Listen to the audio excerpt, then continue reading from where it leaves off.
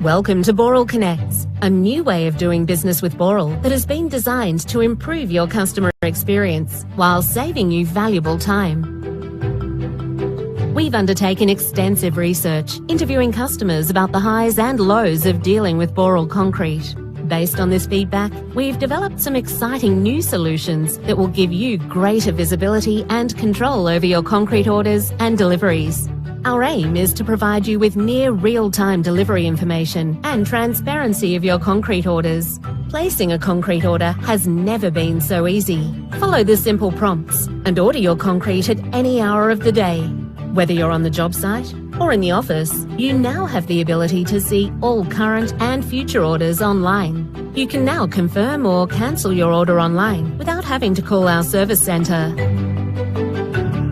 You can also see when your concrete delivery will arrive on site, which trucks are in transit, when trucks are scheduled for delivery, and be notified when your first truck is leaving the plant. Electronic dockets can be accessed as soon as your truck arrives on site. All of your docket history can be found via our Dockets dashboard, giving you the option to download in bulk or individually as a PDF or CSV file. These are just a few of the exciting new features we're offering, and there's still more to come. Signing up to Boral Connects is easy. Visit boralconnects.com.au.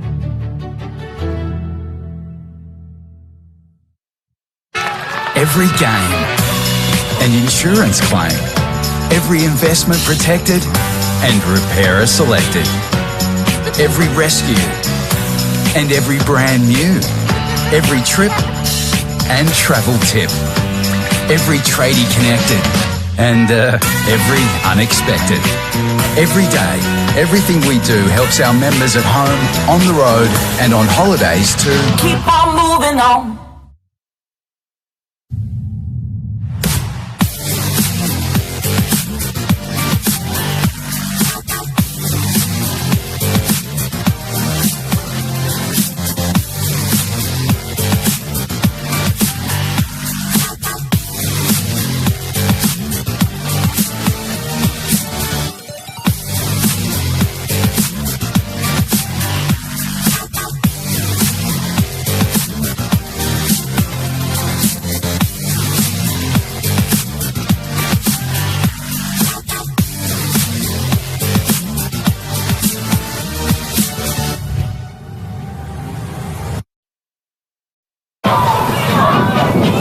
Good evening, hello and welcome. I am Lucas Ronaldo, your matchday commentator.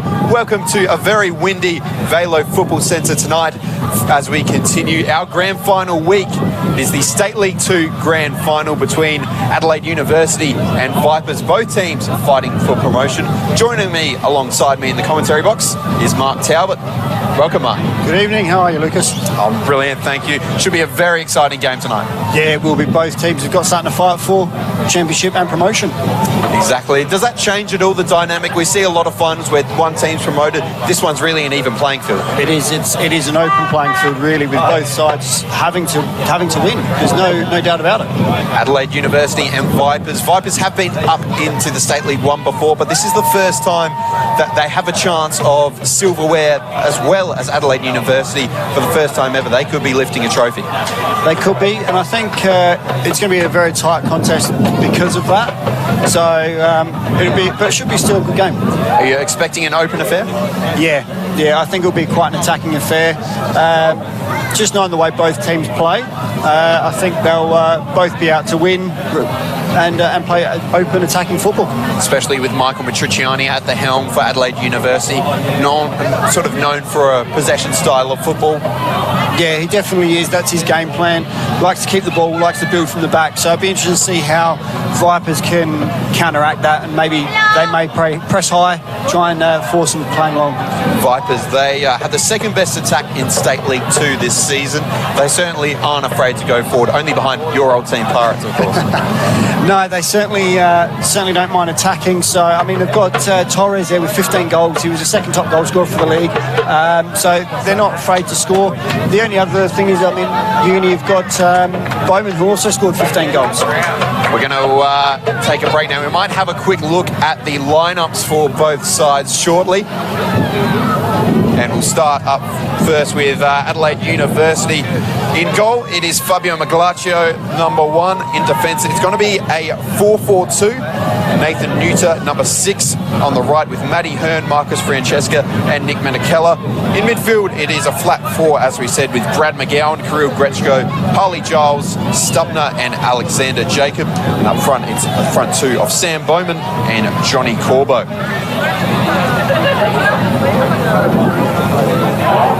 And for Vipers, in goal, it's the number 1, Sonny Calabria. Then in defence, it is a back 4, the captain, John Papapetros, Anthony Vakatsidis, Flint Wilson and Mark Tauber at left full-back. In midfield, it's a midfield 3, anchored by Diego Garcia, Dion Karajanis, Ramadan Kamagisha. Out wide is Lucas Candelero and Alex Kosmidas. And up front, the danger man, the only man who's scored in the final so far for Vipers, Joaquin Torres. And it is really a battle mark of 2 sharpshooters up front, Sam Bowman and Joaquin Torres, 15 goals each in the league this season. It is. It just shows you they get the ball to their strikers and they're going to score goals. So I'm expecting a few goals tonight. And Sam Bowman, he's been a thorn in the side of Vipers before. In the 2019 grand final, he scored. Then at Adelaide Hills in extra time. That one was at Highmarsh Stadium. Do you reckon he can come back again to bite the Vipers? Yeah, I think so. I think if he can get that opportunity in the box, it shows 15 goals. Give him half a chance and he'll make them count. And we're just going to take a quick break now. We're going to look down. We've done some interviews beforehand with the coaches and captains of both teams. We're down here with the captain of Vipers, John Papapetros, as well as the coach, Mags Ibrahim. We'll start with you, John. How are the boys feeling ahead of this game? Yeah, it's good. Very excited. A lot of nerves, obviously, coming to a big game. But we played on Saturday, got a massive result. We've recovered well, prepared well, and we're really excited to get started. And it's the big dance, so looking forward to dance. And with you guys finishing a bit lower on the league table, having to play more games, you guys are the underdogs. Do you think that suits you? I think we got a pretty young team with a few bits of experience, and I think it suits us very well. We'll see what happens on the day, but it's a grand final, and may the best team win. And Mags, we'll go to you now. Is everyone fit? How's the team feeling before this one? Yeah, we're good. I think we're healthy. We're running with a healthy squad, and we're as prepared as we can be. So. And Adelaide University, it's their first ever chance of winning silverware since joining the Federation. For Vipers, they've been up before but haven't won silverware. How important would it be to win that trophy? Yeah, definitely huge. I mean, we're a young club, as you know, and we would love to get the first piece of silverware for our club and obviously get promoted. So we know how big the event is, and we're really excited. Thanks, Mags. Back to you guys now. We've only got a little bit of time before kick-off. And now we're joined by Adelaide United captain Matty Hearn. Matty, how are the boys feeling for today? Oh, as you can expect, they're all pumped, ready to go. It's been a long season. It's all come to tonight, and they're all ready to hear that first whistle and go to the last one, and give it everything. So. And how much of a benefit do you think having the week off is? It can be a two-edged sword, but I think the way we've handled it, Mick's handled the training sessions, we haven't slacked off, and sometimes it can be bad for some teams, but I think we've just been going from strength to strength, and hopefully tonight it shows on the pitch, and we'll make sure that's what happens. Yeah. Excellent. And Michael, how are you feeling about the boys tonight? Look, calm and confident. I think we've prepared really well. We had a solid season, so we're ready for tonight. And this will be first opportunity to win silverware for the club. How important is that for the club? I mean, they're only a young club. Yeah, definitely. Look, the club's been around for 4 years now. This is the 5th year, going from the amateurs and collegiate leagues. So it's been great the last couple of nights. The 18s and reserves officially got the first silverware for the club, and hopefully we can do the third tonight. That's excellent. Well, I wish you guys all the best, and congratulations on making the final, and good luck. Cheers, guys. Back to you guys.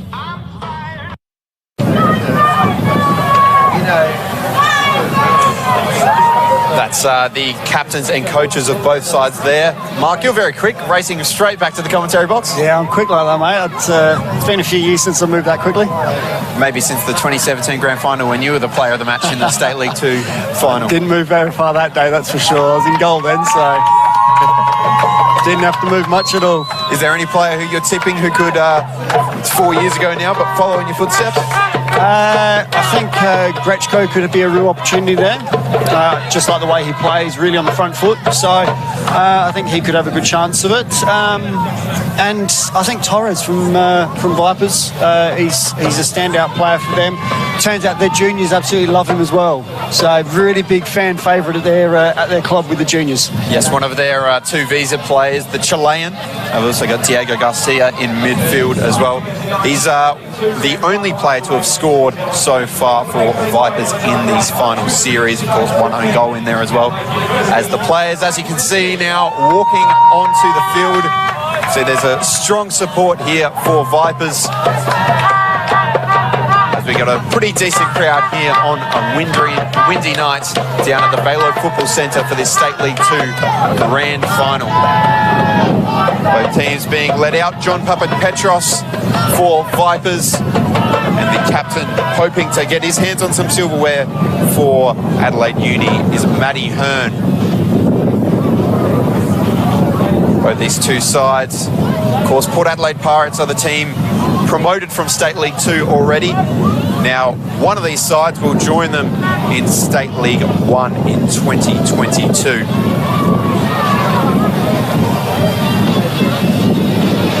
Certainly been a season to remember this year. Last year we said it was a season like no other. We had another season like it. But luckily this time we get a grand final a bit earlier than we did between Eastern United and Cobras last year.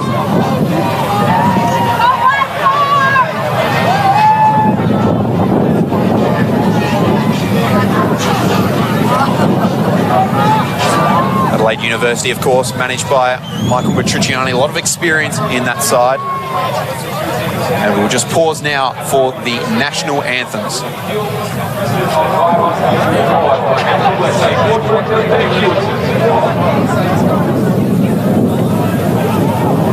Might have to hold off just a minute as we wait for the national anthems here.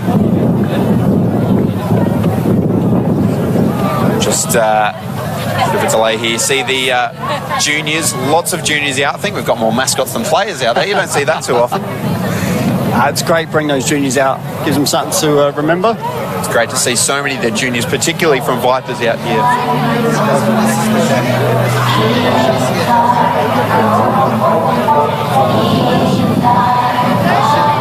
And with the windy conditions, we mentioned both sides like to attack. Are you expecting that to have any effect? Do you think the teams will be more likely to sort of play it on the deck? I think Adelaide Uni will play it on the deck regardless, whether it's windy or not. So I don't think that will have too much of an effect on them. Vipers, again, I think the way Mags coaches, they'll still try and keep it on the deck. So I don't think the wind's going to play too big an issue or playing too much of their gameplay. But we just have to wait and see. Mentioned before a few of the key men for Adelaide University. You've got Sam Bowman. He's got 15 goals, 16 if you're including the finals this year. The third top goal scorer, scored in the first leg against Port Adelaide. He's one to really watch out for. He burnt the Vipers in 2019 while at Adelaide Hills. And now as we see the pleasantries continue, he could really be one to look out for. This really is a team full of names that are very recognisable for Adelaide University, isn't it? It is, yeah. They've got some players that, compared to the Vipers side, they are older. But when we say older, they're still, most of them are still sort of the mid-20s. They've got a few of the experienced heads like Matty Hearn and Bowman there that are a little bit older again, and they've got Tatani sitting on the bench to come on. So they've got the experience there, and I'm just wondering if that's going to help them over the line. Vipers, very young side. I mean, their captain's only 23, and so they've got a young side. They've got the centre back there in Vic Katsidis. He, from memory, he started with the club as a junior in 2012. Yes, that is right. He's their first ever registered junior, and he's the only player from that team to go on. We will just now pause for the national anthem of Australia.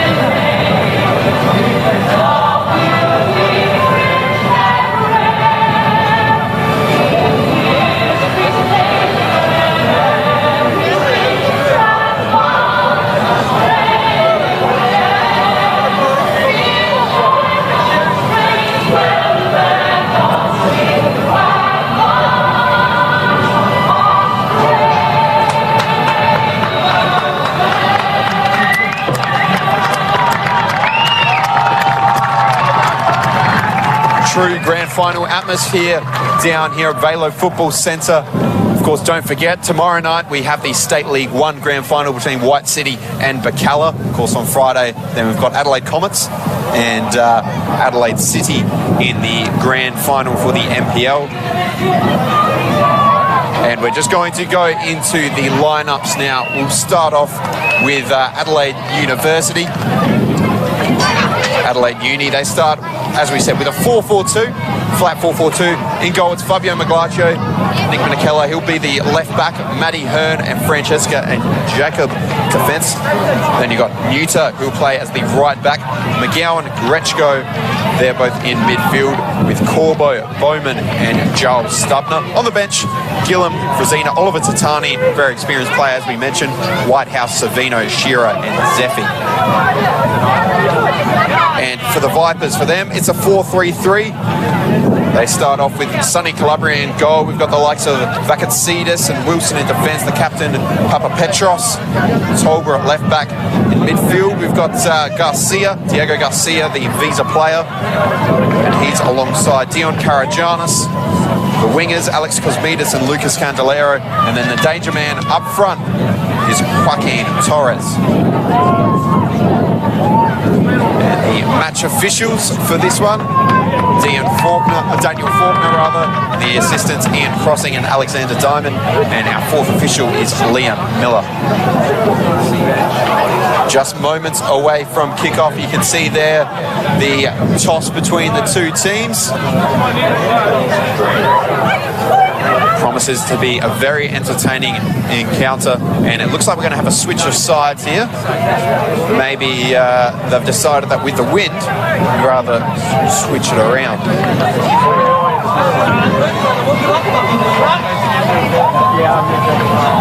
Spoken about Matriciani at Adelaide University. He's brought a lot of players that he's been with before with him.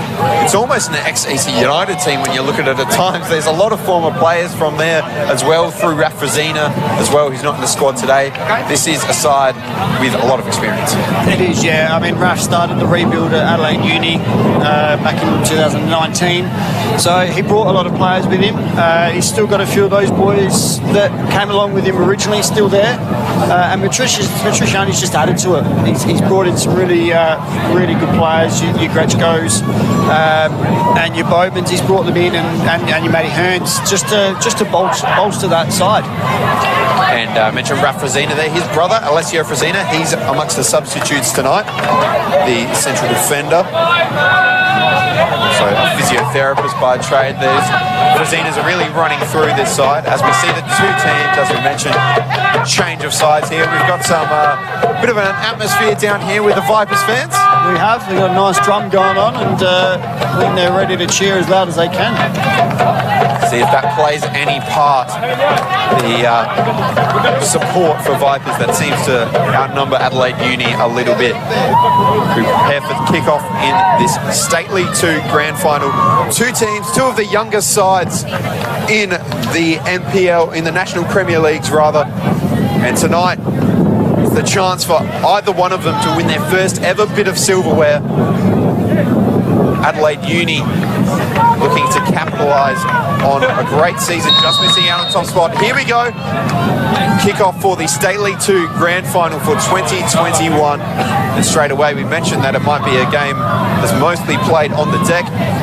Long ball there. That's a difficult one to deal with for Fabio Maglaccio, and it's an early error.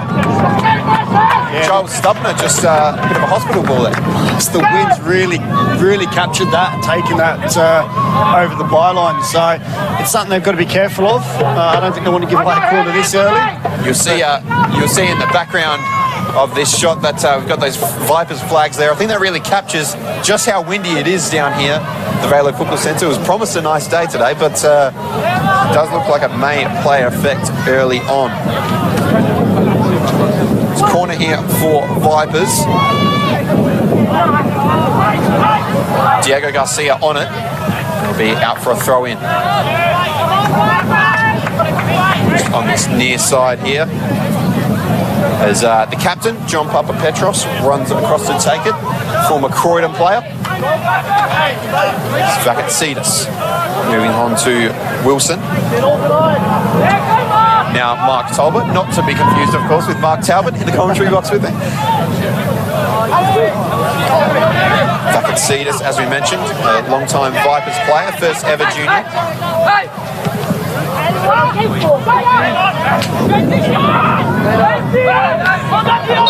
Turnover, and it's our first free kick of the evening.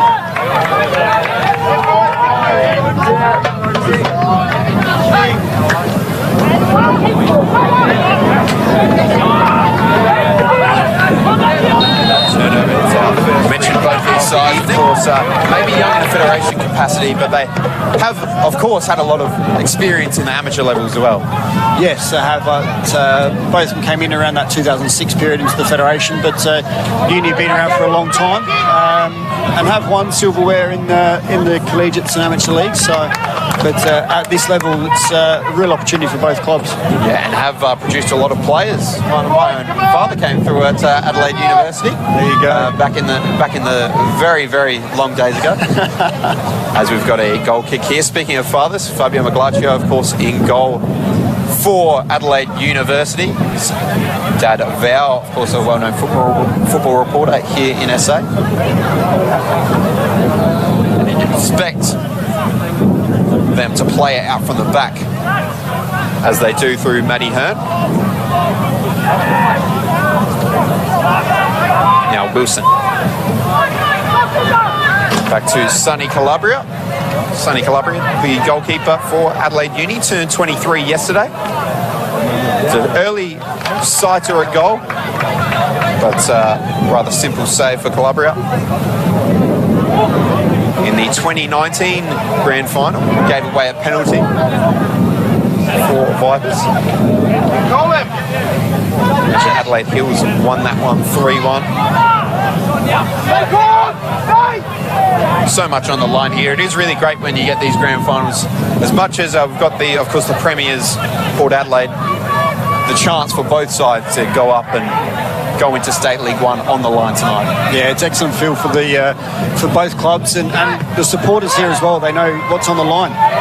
Brechko, that's a strong tackle. Just nicked of possession here. As Diego Garcia comes away with it. Nice touch in midfield. Garcia. Brechko looking to close down. It's a neat little pass. Vipers attack here. Ball in there. Oh, Maglaccio forced into a brilliant save. Joaquin Torres, the danger man, the Chilean for Vipers, almost got a touch on that. Would have loved to see some goal line technology for that. That must have been very close, but a great reaction save there. Torres was just unlucky. A great little touch there at the near post. And Papa Petros with some great work down the right-hand side there to get that ball in. Yes, he will attack Papa Petros. He won their Best and Fairest award last year. And Maglaccio with a great early save. But it is, of course, a free kick here for the Vipers. Johnny Corbo standing over it. Oh, sorry, Alex Cosmides, rather. Just burst onto the scene with Croydon as a 17-year-old as he lives in a low one, and once again Maglaccio had to think about that. Got down well there. I thought it might have just snuck underneath him and managed to hold on to that. Did well to get down quickly. Any sort of touch really would have directed that goalwards. Maglaccio once again put under pressure. See the high pressing of Vipers really having effect early on.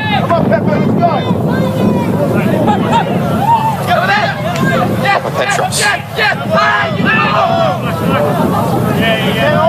Throw in here on this near side to Adelaide University.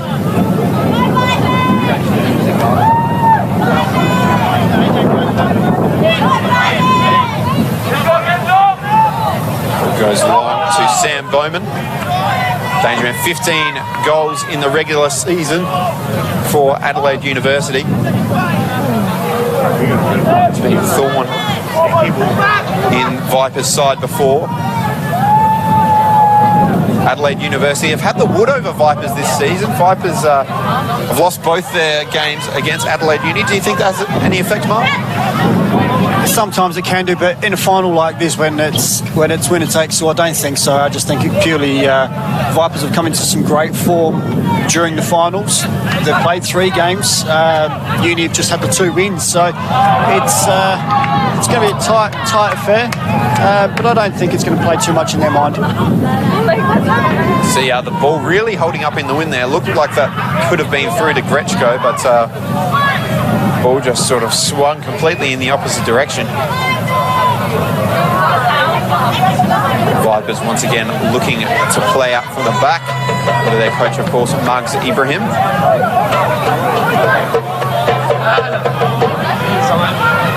Both coaches told us before game they're both in really good shape. We have a break here as Papa Petros runs this one down.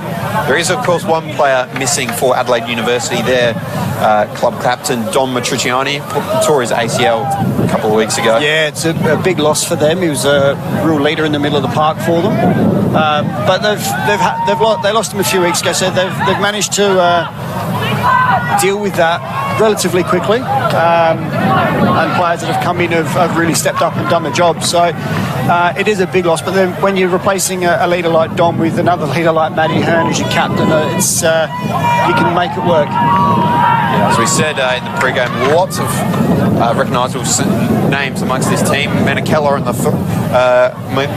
at left full back for Adelaide University. Another player recognisable, of course, cousins with the Menakellas of Campbelltown. Is Papa Petros. Moves up wide. That's a lovely bit of skill by Lucas Candelera, and he draws a free kick. And another set-piece opportunity here for the Vipers. Very well just dropping that shoulder, didn't he? He did. Just managed to get the commitment and just go past, and it was either let him go or draw the foul.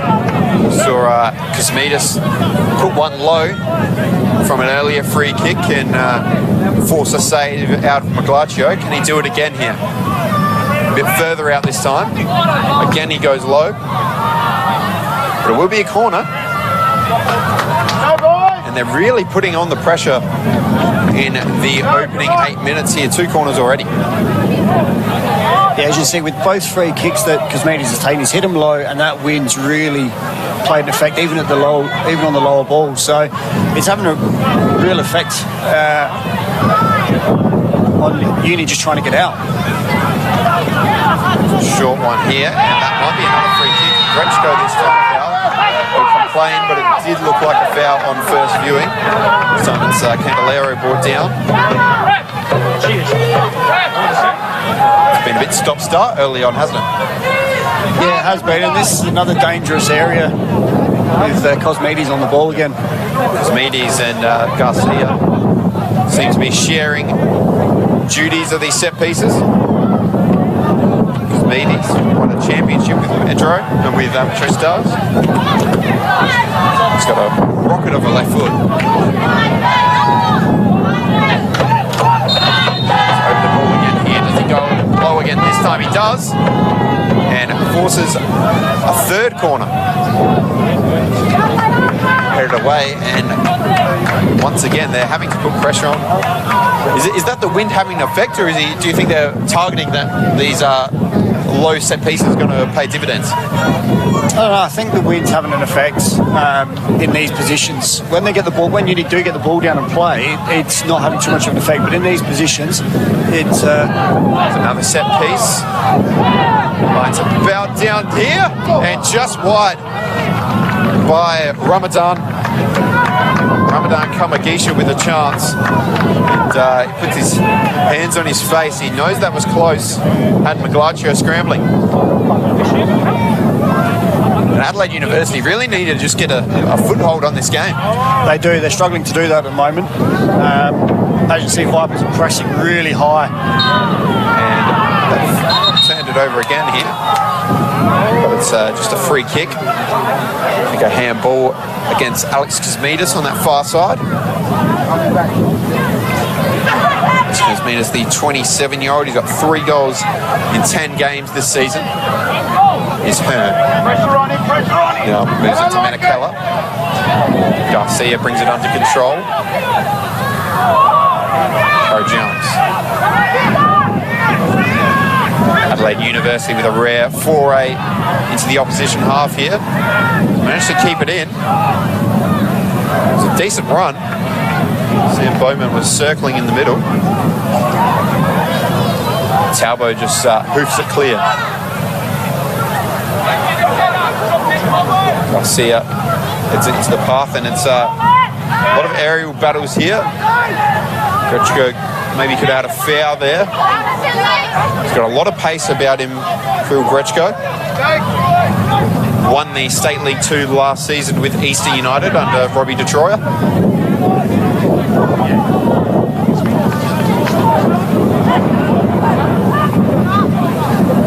Adelaide Uni coming out with it here.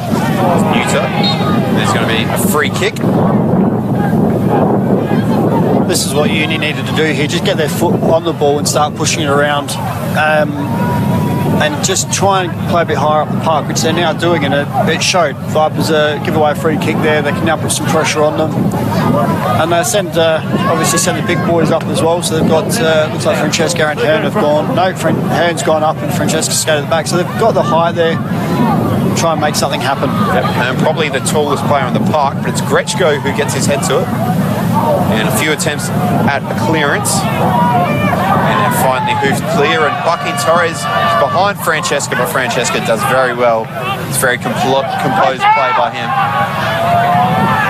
Galaccio had to be careful. He's been put under pressure with a few balls back to him a few times, hasn't he? He has. I think he'll be having to go up the players at half time. I know I would be. They haven't made it easy for him, but he's handled it well. Yes, he has, and that spectacular save earlier on off of the chance of Joaquin Torres. Yeah, great way to start the game for him as well. Get a good save early, gives him good confidence. Galaccio, a pretty amazing story from him. Of course, had a skull injury while playing a few years ago. He bounced back to keep on playing. Had to play with the helmet for a long time. Yeah, spent many times having discussions with him about that. Would be a situation you know quite well. Yeah, he actually cracked it on the post, fractured skull. Amazing, he's been able to turn it around. Here's Torres turning it around here. Ramadan! And saved by Galaccio. Once again called into action. Torres with some great work there. He's so skill-kick. Joaquin Torres, it's quite the name, and he certainly lives up to that South American sort of style, doesn't he? He does. That was a great turn. And just a simple layoff. And Kamaguchi just having another shot at goal, putting this one on target and forcing the save. That's what Vipers need to do, just make sure they put it on target and force the save. He's only in his early 20s as well, I believe, Joaquin Torres. Quite the player, equal top scorer, second top goal scorer in State League 2 this season. Behind Dimas of Pontian Eagles, of course, alongside Sam Bowman. And Fabio Maglaccio there, just as soon as he called that, just pleaded with his team to calm it down. Yeah, that's the thing. They just need to get on the ball, push it around, and try and keep hold of it just for a few minutes. As you see, Vipers are playing really high, really putting the pressure on them at the back. It's a composed play by Grechko there. Now Sam Bowman, the 33-year-old. Grechko. Little dink, just couldn't get it through. Advantage played here by the referee. It's Diego Garcia. For a long ball in, and it's just floated and it well held in the end by Maglaccio.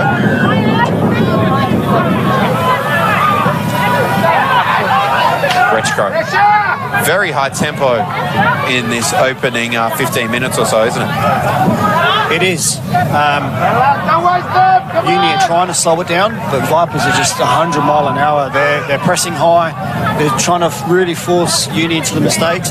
But when Uni have played out and managed to break that first press, they've found some joy getting a bit further up the park. It's in the pre-game. We highlighted it as a flat 4-4-2, but it seems more of a diamond with Grechko at the pointy end and Joel Stubner the number 15 there, the defensive midfielder. Here he is now. How do you think that shapes up against the 4-3-3 of Vipers? Provides a little bit more width, but when Vipers do get the ball there, they outnumber them, so it does force the likes of Joel Stubner to tuck in. But having a chat with Raf today, he was saying that Joel Stubner, he's an absolute fitness freak. He can run for fun. So I expect him to cover a lot of this turf out here today. Watch worker Joel Stubner. Here's Ramadan. Candelera. You have a strike at goal and just into the side netting. Another slider for Vipers, this time Candelera. But you're not forced to make a save this time, Bob. They're just attacking at will. They are. They're finding a lot of space, and just like I said, they're forcing you to make mistakes, and then they're really the transitions are just lightning fast. Small pocket of Vipers fans in front of us enjoying it as well. Giles Subner, Ramadan, Kamagisha as well in midfield. Candelera. Well closed down, and that's the sort of pressing that they need. Corbo just coming back, hasn't really had too much of a look in this opening stages, but good pressing from him. Yeah, hopefully that gives him the confidence to now to get on the ball a little bit more and really start forcing Papa Petros back a little bit. Just giving him an outlet.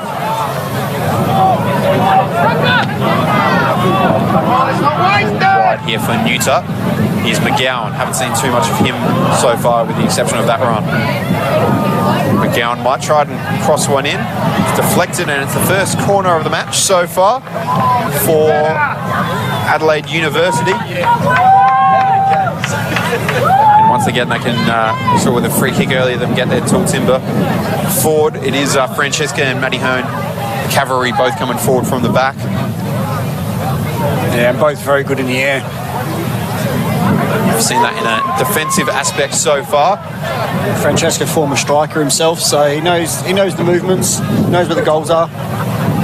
It's going to be a delivery here for Adelaide Uni, and it's still going to touch on that.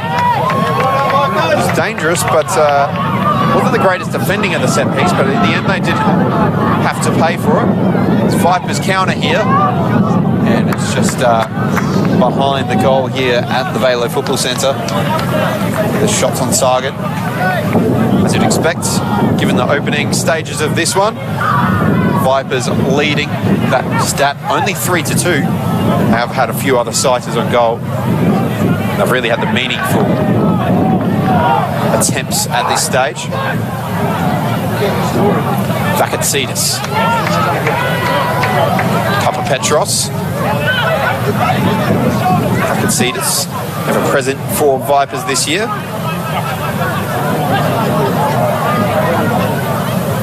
Down the line, and a good tackle. McGowan now. Bowman. Back to McGowan. Run back! Good feet from McGowan, and he's won a free kick in a similar position. The referee seemed to think about going to his pocket for the first time there. There have been quite a few fouls early on. See that free kick's conceded stat, 3 apiece.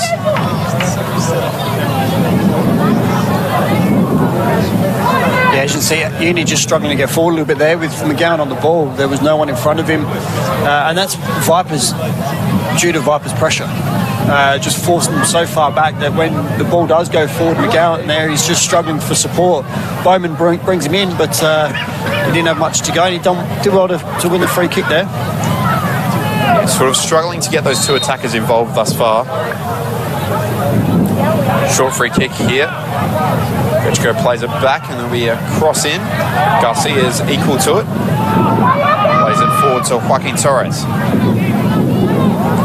Couldn't quite bring it under control. Yeah, throw here for Adelaide Uni. On that far side, just in front of the bench. See Michael Matrucciani there with his instructions. Also Don Matrucciani, of course, mentioned he's out injured with an ACL injury. Good to see him on the bench. Long ball, Joaquin Torres is not the tallest, but he definitely challenges. Even if he doesn't win them, he does well to get in those sort of aerial battles, doesn't he? He does. He just knows how to get into the body of the defender and just use what he's got and just force them out of position a little bit. He's looks like a real nuisance. Candelero. Good defending by Menakella in that 1v1. Now Bowman, Menakella, and a very optimistic attempted goal by Menakella. Lucas, come on!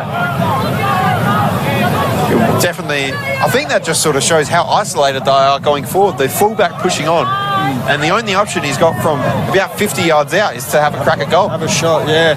I mean, with the wind, I'd say maybe, but against the wind, it's a very difficult shot. Menakella not happy with that decision. The referee there did seem to get a little touch on the ball, but it will be another free kick for Vipers. They play it down the right-hand side here for Candelero.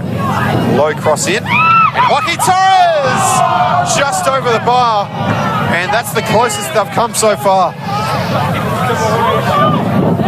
Yeah, he should have made more of that inside the box. Bowman with a bit of a touch. It was a very good opportunity. You can see here, lovely touch, and just couldn't keep it down. So close to breaking the deadlock here.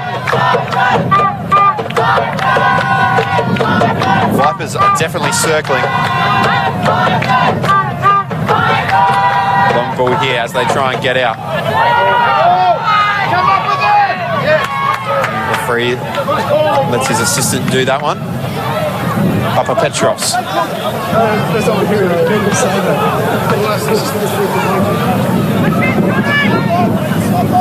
Now Wilson. Ball for Menakella.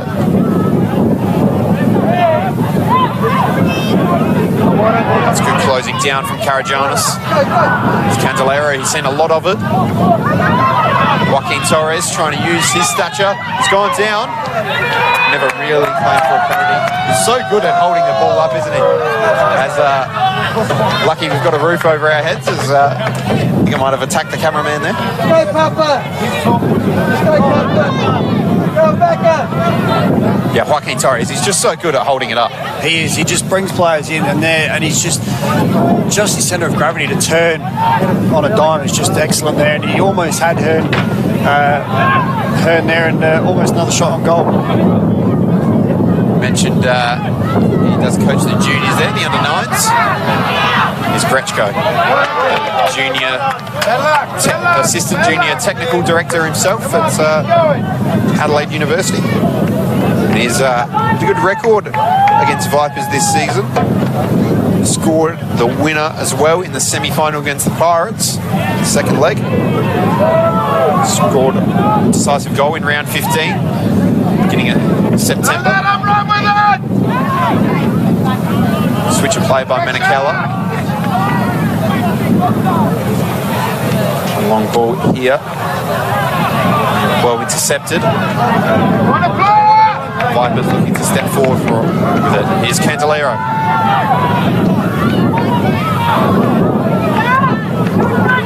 Karajanis. Overlapping is Tolba. There's collision there, but advantage played. And will we go back there? No. Advantage played, but the cross wasn't quite at the level that some of the crosses we've seen tonight have been. Alex Kosmides. Referee just having a chat just for that little collision. Can hear over our speakers the wind really thrashing down here. It's still quite warm, but really is sailing away here.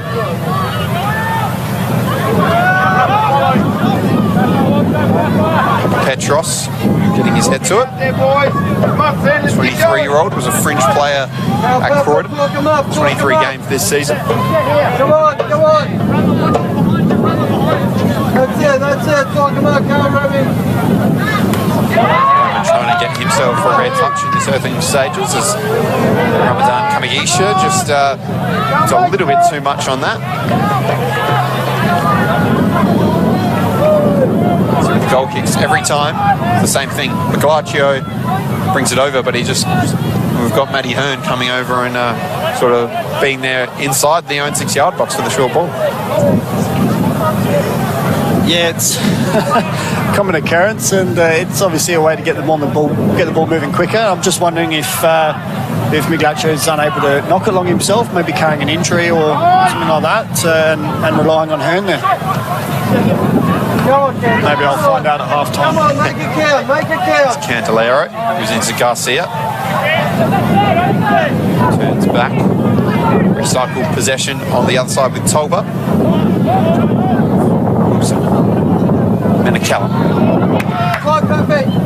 Petros lets him run for a throw-in. The player's seen a lot of it in these early stages.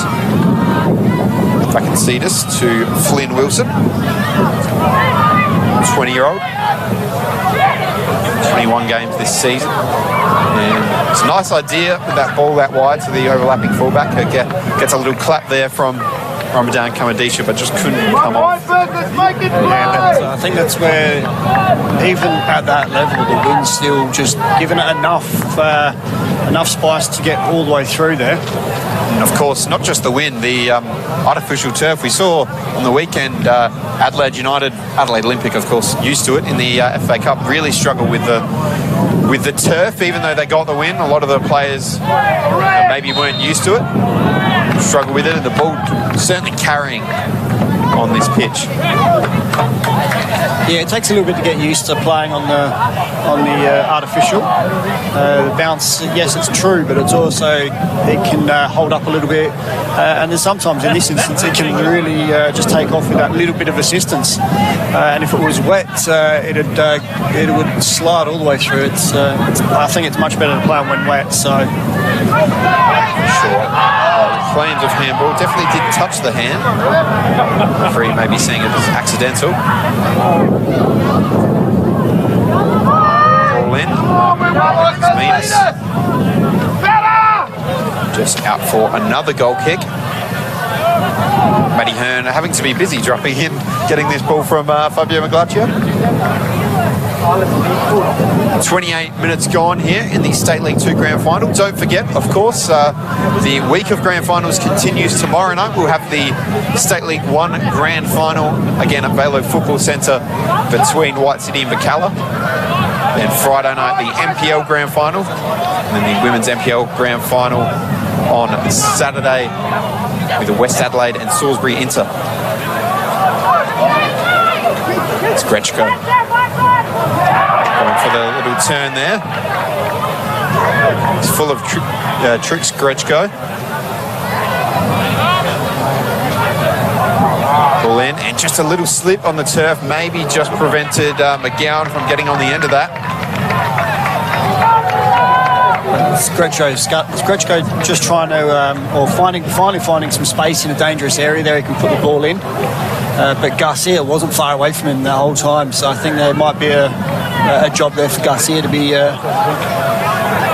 Ball down, and Grechko! Just wide. May have got a touch. Grechko is actually complaining for a handball off Diego Garcia. Is there anything in that, do you think, Mark? I don't think so. Don't think there's much in it at all. He's awarded the corner, so... It's really an opportunity out of nothing. Just seems to fall to Grechko in the area. Good little touch there. I think it was Bowman that got the little flick as well. Just to give Grechko the opportunity. Corner in now. Long ball. Francesca moves it wide to McGowan. Every time a Adelaide Uni player gets it, there's at least 2 Vipers circling it. Yeah, they're really pressing hard. There was a late tackle there on Grechko. He's not too happy. They're away here. And they find the man in the middle. It's Bowman. Oh, Bowman was lurking at the back post. Corbo, a rare touch as he looked for Bowman. I think maybe caught in 2 minds there between going for goal or cutting it back. It looked like it. He wasn't sure which way to go. He just put it past that far post, but just out of reach of Bowman. Grechko's not happy either with the challenge just prior to that. He's still remonstrating there to the linesman as well. But if the ref was going to call it, I think he played a good advantage. Yeah, the referee I don't think actually gave the advantage, so I can understand that. But either way, even if it was a free kick, it worked out well for Adelaide Uni. Papa Petros. Chanakella plays it all the way back to his goalkeeper, Fabio Maguaccio. And the ball really just coming straight back. Cheeky there from Diego Garcia to let it run for a throw-in for Papa Petros. What have you made of this opening half hour or so, Mark? Vipers have certainly started off very well, had the better of the early opportunities. Uni have slowly come into the game in the last sort of 10 minutes and started to create a couple of their own chances. They've had a couple of really good chances just of late. So I think it was just Uni trying to deal with the high press. And Vipers, I think, have taken their foot off the gas a little bit just in that press, just allowed Uni to get into the game a little bit. For sure. It has been, despite a lot of fouls and a lot of goal kicks as well for Adelaide Uni, it has been a pretty open game. It has been. Definitely chances at either end. And we mentioned how dominant Vipers have been, but Adelaide Uni have definitely had 2 or 3 chances that could have resulted in a goal. Trying to forge another one here through Joel Stubner. Did well to keep hold of it. McGowan in support.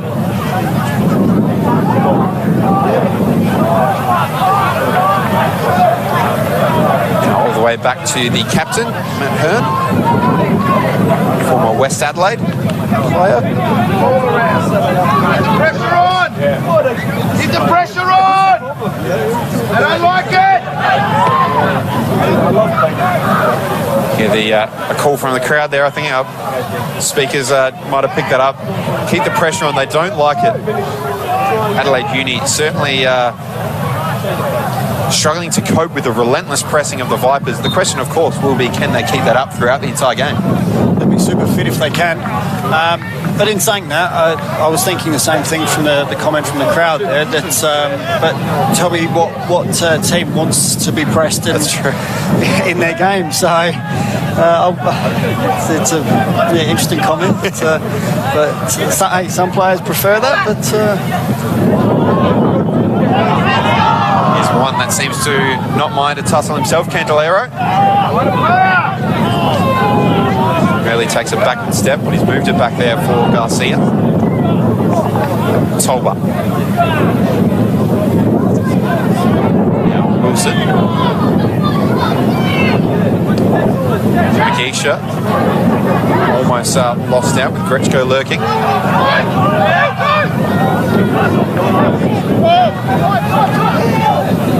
Corbo moves it to Grechko. Ball across. It's a lovely shape on that ball. And McGowan was chasing it, but Sonny Calabria did very, very well coming off his line. Mark Talbot, as a former goalkeeper, you've got to be very happy with that sort of play. Yeah, he was out early, read the play and just dealt with it. It was excellent. And great defending too. Just cut across enough there to put down McGowan's mind. And just allowed Calabria just that time just to get there and clear the ball.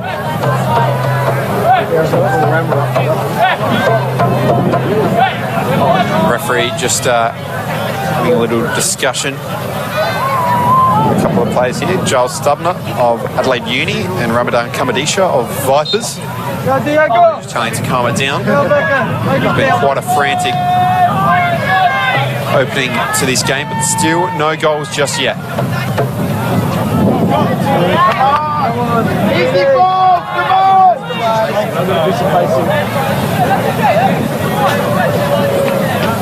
Just a throw in there, not quite out for a goal kick.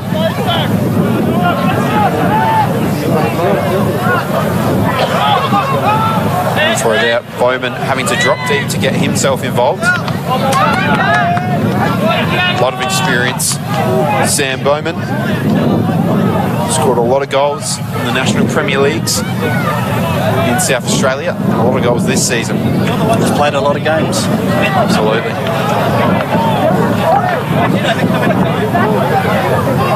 I think it's still got about 9 to 10 minutes to go until half-time, but if it is still all square at half-time, do you think it'll be a bit disheartening for Vipers considering how much they have dominated this half? Yeah, I think they'll be a little disappointed not to at least have one. I mean, they've had some really good chances. And with that wind, it did pin back Uni at the start. So I think they didn't capitalise quite enough on that. But in saying that, Uni have had probably the better chance later in the half. So, I mean, it could have gone either way. I think both teams probably could have got at least one goal. But I think with that wind and such early pressure, if you can get that early goal, I mean, Uni would have been on the back foot. It would have been a lot tougher for them, but they've weathered that storm quite well now. So I think Vipers will be just slightly a little bit disappointed. Ball in by Candelero. Papa Petros. His body well. Here's Kamagisha.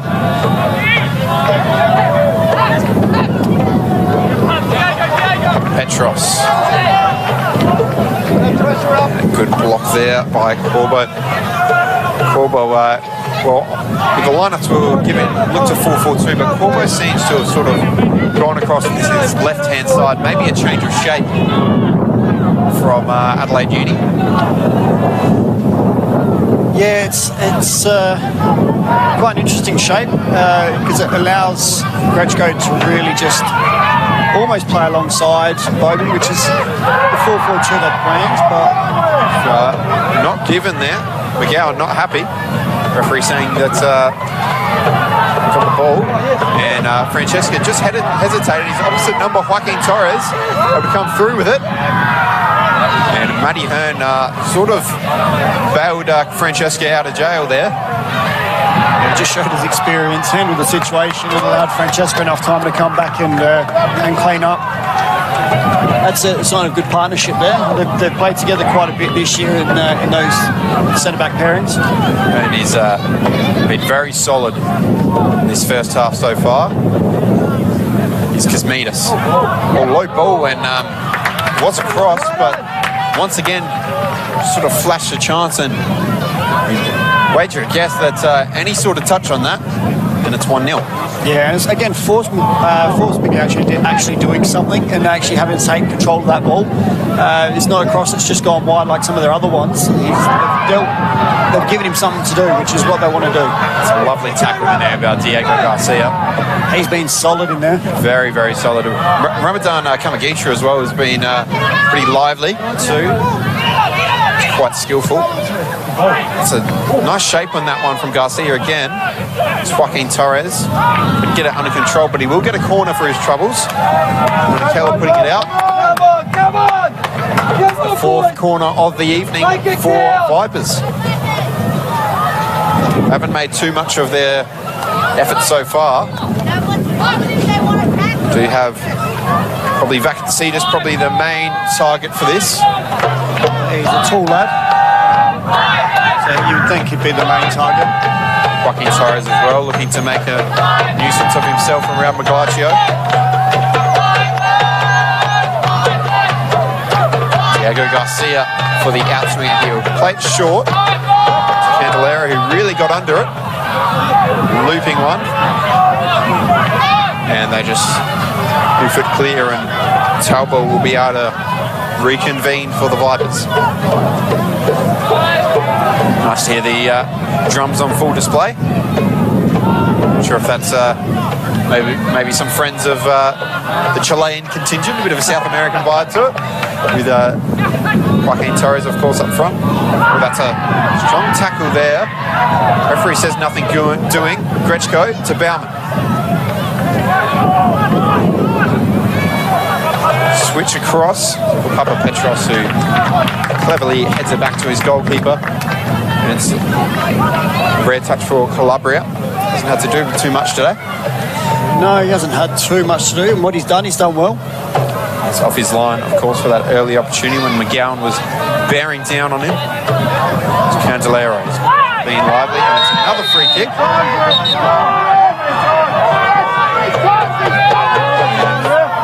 Corbo will just get a talking to. I think he's had a couple of fouls now. And the referee here just making sure, maybe just a final warning. Come on, Lucas, come on!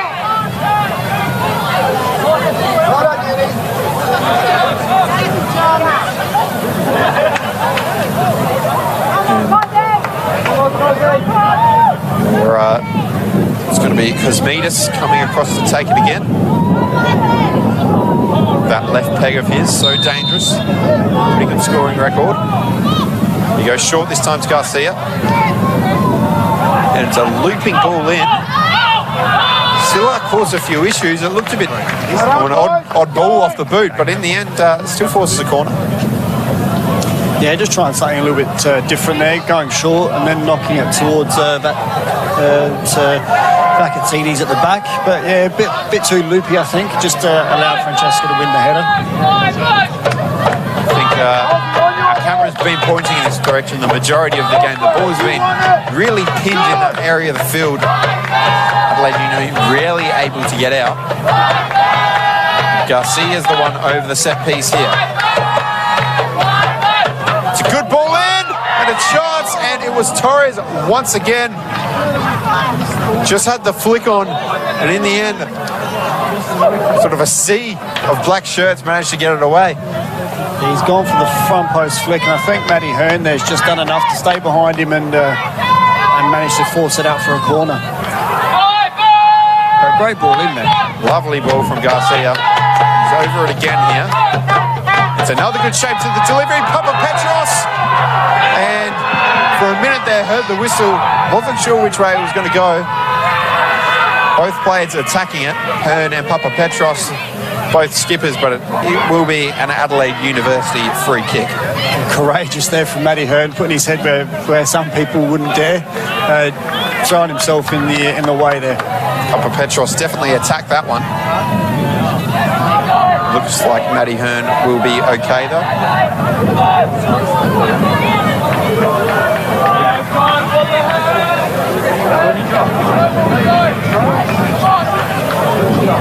Galaccio once again looks to play it short, but quite often it's been short, not on this occasion.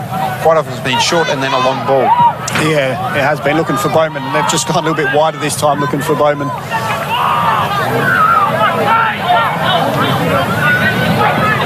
But when you've got a target man like Bowman up there and they're trying to hit him, you've got to have your runners off him.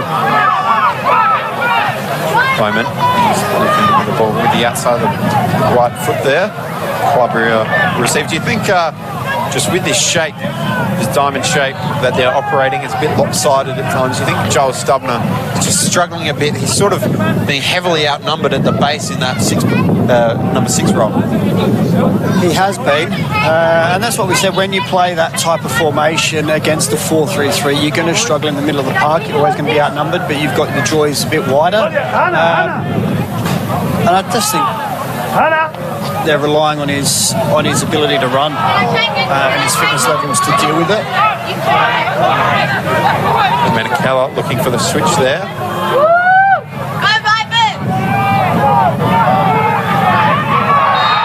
It's going to be a free kick for Vipers. A little bit of pushing and shoving in there, as you'd expect for a grand final, of course. I'm sure you're involved in a few of that in your grand finals over the years. Yeah, no, I was always too far away, mate. I wasn't running the other end of the pitch or anything, so... I thought they'd come to you. Nah, stayed out of it. It was easier. As I got older, I got wiser and didn't bother.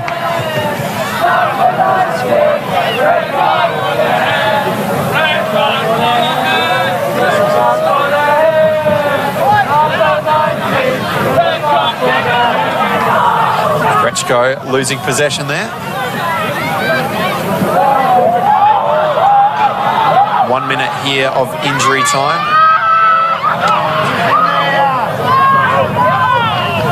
It's been a very, very exciting half of football. No goals, but plenty of chances, mainly for Vipers, of course.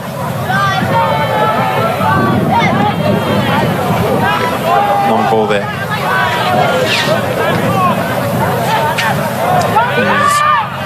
Rajanis. Candelero, who seems to switch sides with Kosmidas. Kosmidas switching over to the right-hand side here. Be another free kick. We won't have too much time afterwards before the half-time whistle. I'll just try and send it long, but there won't even be enough time for that. That brings to a close what has been a very pulsating 45 minutes. No goals, a lot of action at either end. Both sides had their chances, but in the end, the first 45 minutes of the State League 2 Grand Final, we see the stats there. In the end, we mentioned how dominant Vipers have been, but the stats are not too dissimilar. 7 shots to 5. Yeah, they're not too dissimilar. I think just having the 4 shots on target there with the Vipers, forcing Big Ash into 2 really good saves, and Calabria's have a couple of saves there. But I think the win did have a big impact on Uni getting out. Vipers playing such a high press. And Adelaide Uni, as we see a few of the juniors come onto the pitch now. What do you expect their changes to be? Do you think we'll see a change of personnel after what has been a pretty dominant half of Vipers? I don't think there'll be any changes. Just purely the fact that it'll give Uni the chance now with that win to play their high press and see how Vipers cope for the first 10 minutes. If they don't get any joy, I think that's when they'll start to make changes. All of that to come. We're just going to go to a quick break now. We'll be back with you soon for the second half. This is what shits me. They give me like a win.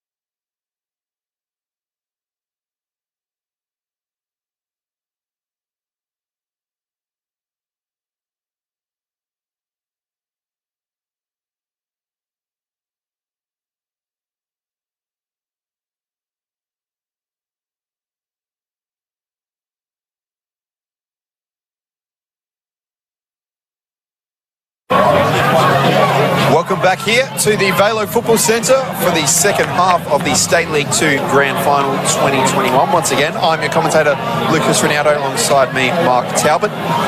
Mark, a very end-to-end first half, but no goals just yet. No goals just yet. Hopefully we get one early, open this game right up.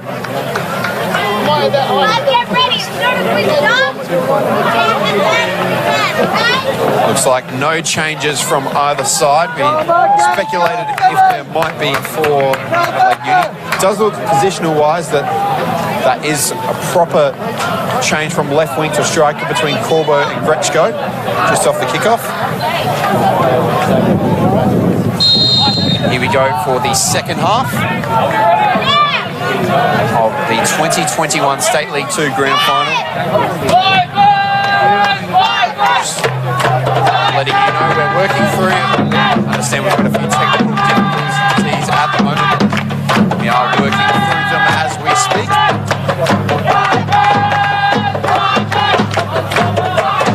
You can hear the drums continuing in the second half. They continued pretty much all the way through the half-time break as well, didn't they, Mike? They did.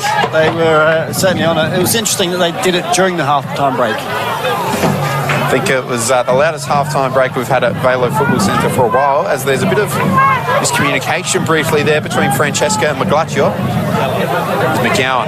Nice play from McGowan, but coming across once again is Diego Garcia. He really had a fantastic first half, and he's started off on the right foot here too, hasn't he? Yeah, he did have a great first half. He just broke up the play and was just basically any time that you want to get forward, he was in the right places and just nullified them most of the time. So he's started the same way.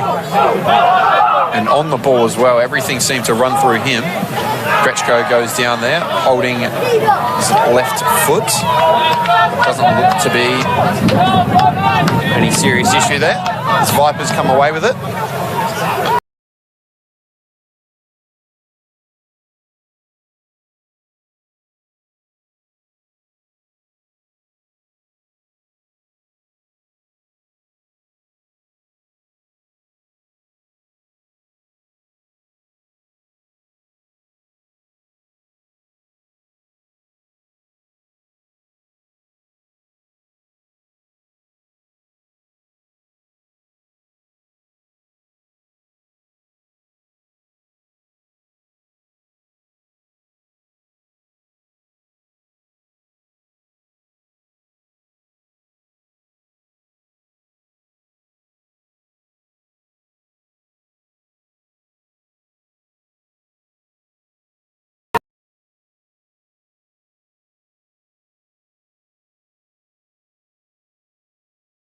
Sorts here on the line tonight. Here's Grechko. Giles Stubner. Just hesitated on the ball for Bowman. Giles Stubner. Bowman. Wide here. And no need for Sonny Calabria to come out for that one. As you see there, Uni is starting well. They're trying to get the ball into Bowman's feet, let him hold it up and bring those players in. With that wind, it seems to have died down a little bit. It just allows them to get pushed a little bit higher. Uni can use the wind now. And hopefully they can hold Vipers back in their own half like they did in the first. They definitely look like they've come out, maybe had a bit of a rollicking from Michael Matriciani. He's not too much of he's quite a mild-mannered sort of guy, but I think he can unleash it every now and again. He's come out a bit better in the second half. He may have done. Not sure of his approach at a half-time, but he is very, very relaxed, very mild-mannered when we were speaking with him. So we'll see. We'll have to maybe ask him at the end of the game. Throw in here. In terms of free kick, nothing doing, is Sam Bowman. Very experienced player, and experience of Garcia on display again. Kosmides. Lovely attempt at a switch for Cantalero. Does well to bring it down. Now McGowan. Pressure, put it on him, put it on it! Gowan. Pressure on him! back here.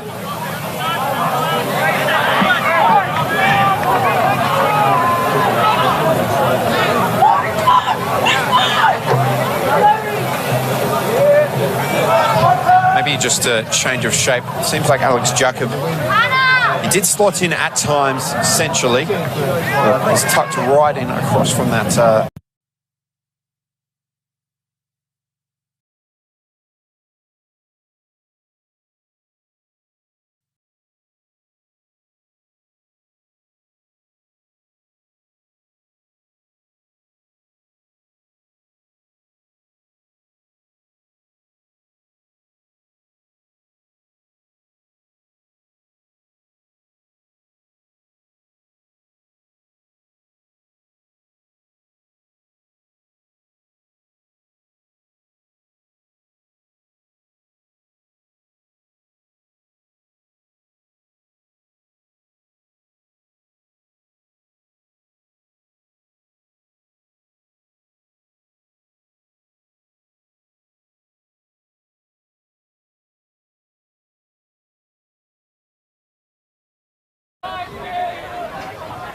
Would have been quite a goal, wouldn't it? Would have been quite a goal. And again, using Bowman as that target man there. And he's just got a little flick on. And he hasn't been too involved, Bowman, in front of goal sense. But when he's dropped in, his link-up play has been very good. Yeah, it has been. His link-up play has been excellent. And that's what you want from a big man like Sam. You just want him to be able to bring those players in. And then when you've got players like Grechko who can make efforts like that around you, then it's anything can happen, and it just showed. It's Grechko's almost slowly moved forward, sort of started an attacking midfield role, then so out on the left wing for a little bit. Now playing out and out as the number 9. He's quite a versatile player, a lot of pace about him. Long ball to Menakella. He'll return the favour. Garcia, lovely touch from Diego Garcia. I think cultured is the perfect word to describe him. Yeah, I think you've got it in one there. It's the first time for everything. Ball across, and it'll be an Adelaide Uni throw in just by the corner flag. Sam Bowman. Lovely touch and hold up play.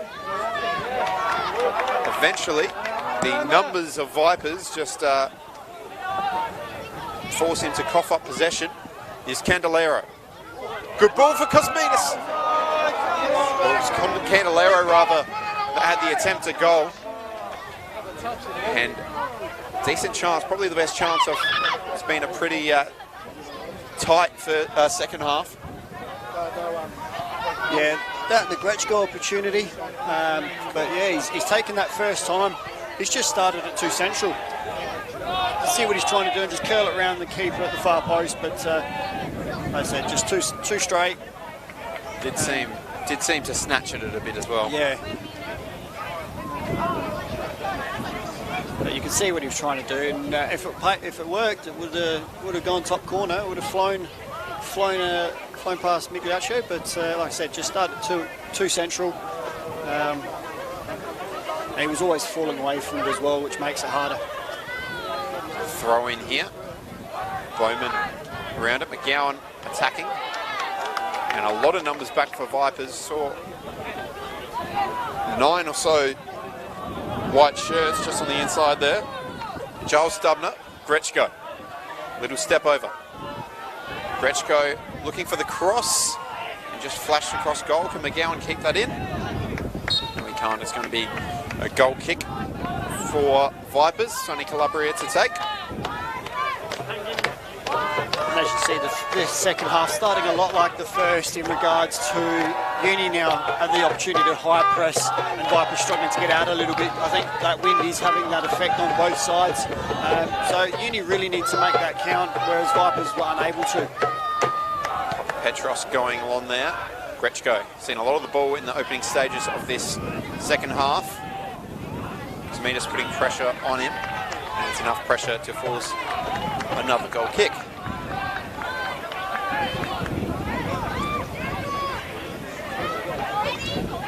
Certainly hasn't been the same pace as at the beginning of this second half. No, definitely hasn't.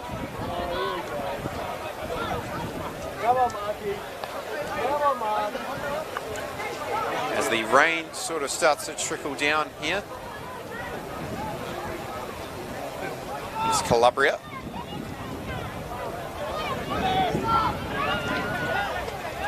Now it's Kamagisha. Pulls it back.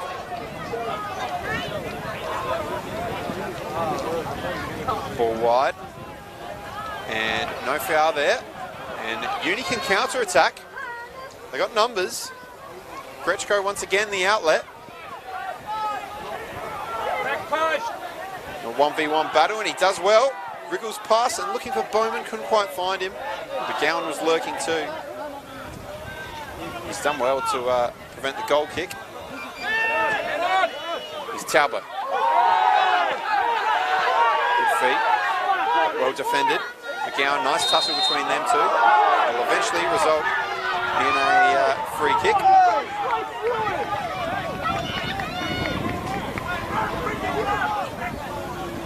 Mentioned in the first half how much the artificial turf can sort of pick up the pace when the rain falls down. Well, it's falling down now. So it's starting to fall now, and I dare say the passes will zip through a little bit quicker now. So they've got to be mindful of that. And like I said, Uni are pressing a little bit higher now, and it's making it hard for Vipers to get out. Corboy over this set piece. Nice delivery. Good shape on it with his left peg. Jonas gets it down the line. Joel Stubner.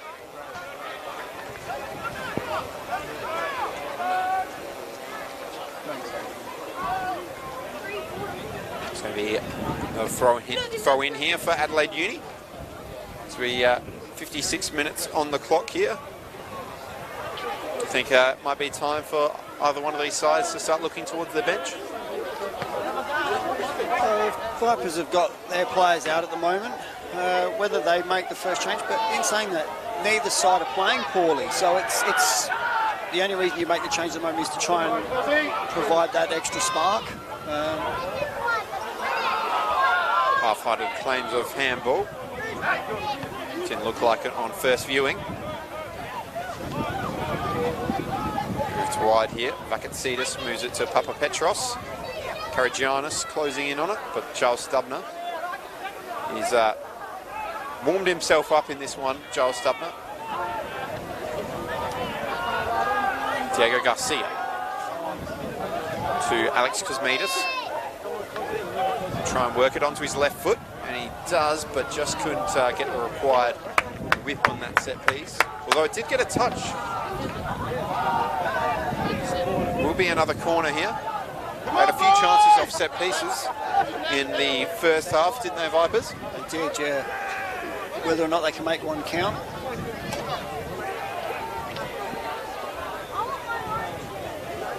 It's going to be Garcia with the in-swinger this time.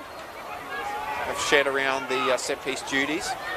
He chooses to take it short, but Candelero feeling the full effects of the slippery surfaces. Grechko's done very well pressing, but Tauber managed to help out Karagiannis.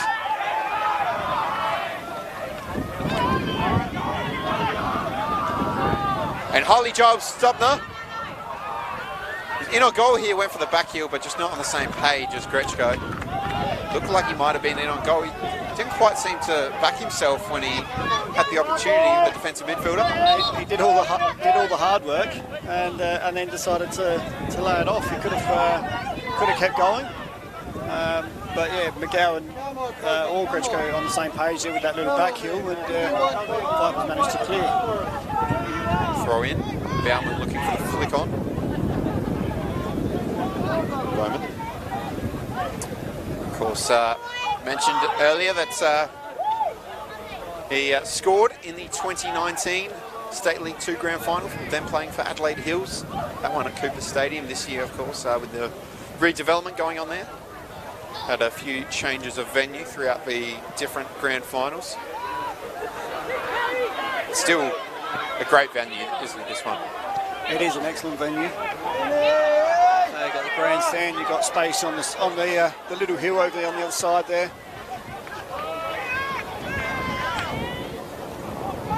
So have to find out where the finals will be held next year once the new stadiums open up with the home of football. Yeah, with the Jets Cross home of football. Should be good to see, of course, by that point. Home Marsh as well might be in a little bit better condition, maybe ready to go back there. So we look forward to that. A lot of people asking why this year wasn't played at High Marsh. Or, sorry, Coopers. Yes. I'm old enough to remember it as High Marsh. Yes, of course, Cooper Stadium currently under a bit of redevelopment. Getting ready for the new Women's World Cup. Yeah, yes, and obviously with the A-League season and the A-League Women's, now the change of name from the W League to the A-League Women's, so allowing for hopefully double headers. Great to see Gretschko, Bowman, and it's in! Sam Bowman scores! He's come back to bite the Vipers once again. It was a delicious ball from Kirill Gretschko, and Sam Bowman is there to finish. Yeah, great finish there, Bowman just getting his foot on it, out-muscling his defender there. It was a great tussle between the two, but Sam Bowman in those areas, you're not going to be able to out-muscle him. Great ball there from Gretschko. What more could you ask for from a ball there? Absolutely, fantastic delivery. There may have even been a touch in there as well from one of the Vipers defenders. Saw them look directly across to the assistant referee for a flag. Didn't really seem like there was anything in it. Nothing coming there, but the ball in, it just put Calabria in a position where he wasn't sure whether to go for the ball or stay on his line, and in the end stayed on his line, and Sammy Bowman's managed to get on the end of it and make it count. And just as we tick over the hour mark here, finally have the opening goal of the contest, and despite Vipers, particularly their first half dominance, they haven't been able to keep up the same pace in the second half, and they've paid the price. How will they respond now? Max Ibrahim seems to have called one of his players back, a bit more of a rigorous warm-up. He may look to his bench. Yeah, now that they've gone behind, he may look to make that change quite quickly, trying to inject something. They're not as quick as what they were in that first half. What you expect? I mean, it's hard to keep up that press for an entire game. Come on! Yeah, it was a frantic speed they set with their pressing in particular. But now saw Candelero was really heavily involved in the first half. On the ball again here, but hasn't seen too much of it in this opening stages of the second half. Yeah, Uni have seemed to up their intensity in this half, which has allowed them to pin back Vipers a little bit, put them under a bit of pressure, and that pressure's has brought about a goal. Adelaide Uni haven't been in the second division in South Australia since 1961. They get a chance here. And it's Kosmides.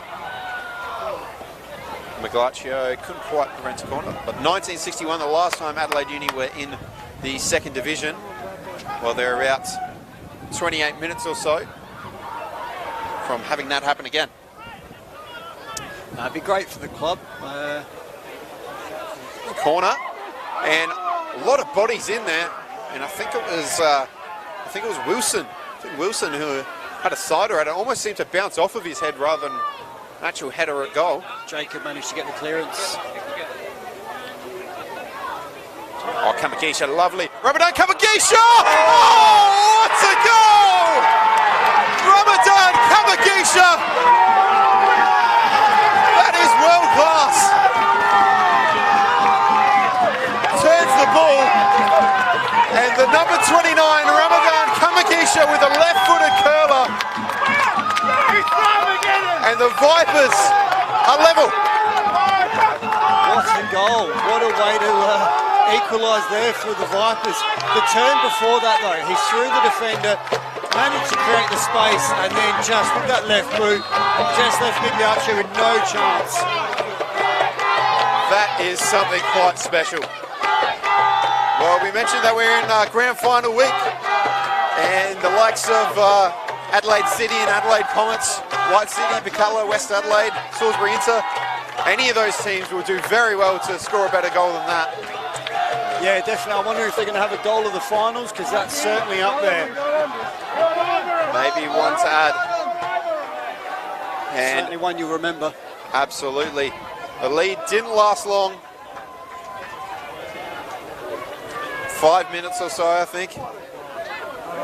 And now, just as we waited for that deadlock to break, Adelaide Vipers rather, bouncing straight back. Something quite special. Sam Bowman, the flick on. Couldn't find Grechko. Is McGowan. Grechko.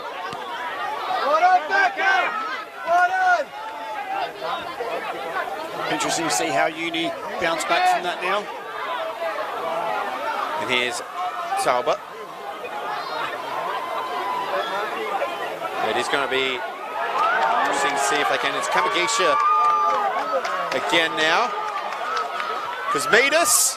Oh, off the crossbar. Kosmidas. I think that looked like a cross, didn't it? It looked like a cross, but you can never know these days. But Migash had no chance. Well, he was a spectator of that. Well, I was speaking to a few people that have played alongside Kosmidas earlier today, and they told me even if he didn't always show it in games, that he's got a ripper of a left peg. They can really crack them. Not sure how much he meant that one, but almost had a goal to remember in this State League 2 grand final. I'm not sure how that goes down in the stats, whether it was a shot or a cross, but I mean, it went close. It's rebounded back off that bar. The game's really started to open up. Absolutely, and Grechko, he's one-on-one here. Can he chip the goalkeeper?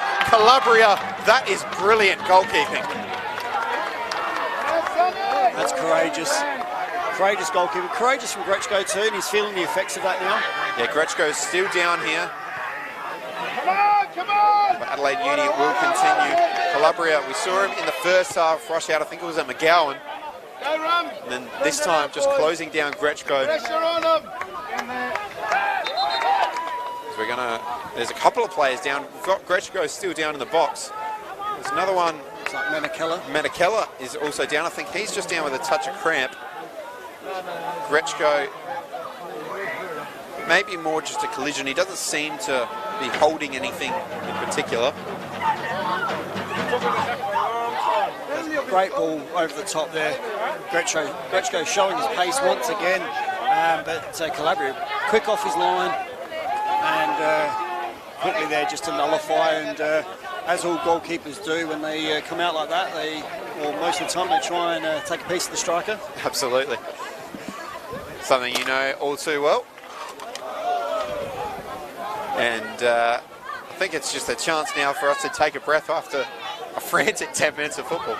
It's been very frantic, but that's the thing, it's starting to open up a lot, and I think it's only going to continue that way. Neither side are going to let up. The rain stopped, and the pitch is probably a little bit little bit quicker now. So let's hope they continue this pace and this end to end. After what was first 10 minutes of the second half, both teams sort of seem to be feeling each other out, but that goal really sprung the game into life. Grechko is still down here.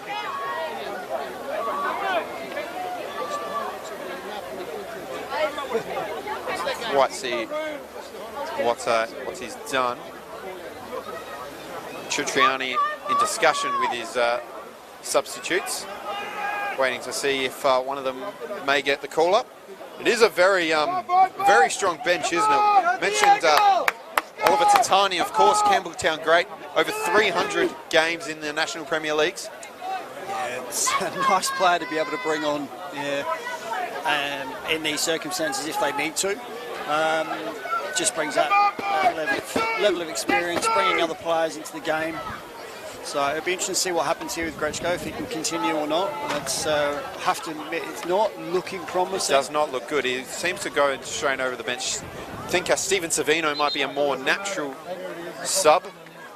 He's a striker, scored a brace against Vipers when they met in round 4. And off comes the number 19, Grechko, confirmation of that one.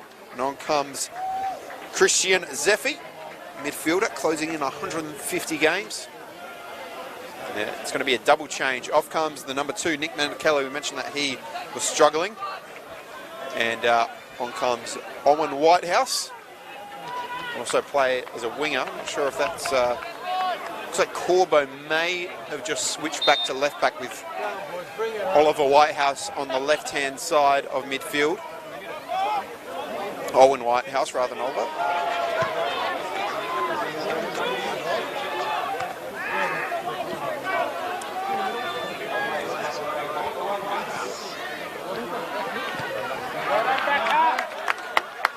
Corbo, as you see there, taking the throw in. He's filling in at left back now. And it is Christian Zeffi that has gone straight up front. Might drop a little bit deeper, as you can see here. Alongside Sam Bowman. He's gone in strongly there, and Vipers didn't like that. The bench reacted straight away. That's been a free kick. The men's still a man down. And Zeffi, well, he's got a little welcome greeting from the referee. He's picked up a yellow card, Christian Zeffi.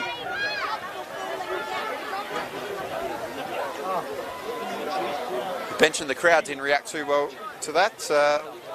Yellow card probably fair, don't you reckon, Mark? Yeah, definitely. Wasn't much of a choice there for the ref. Our first booking of the evening, and a game that has had quite a few fouls. 9 free kicks conceded now for Adelaide Uni to 7 by Vipers.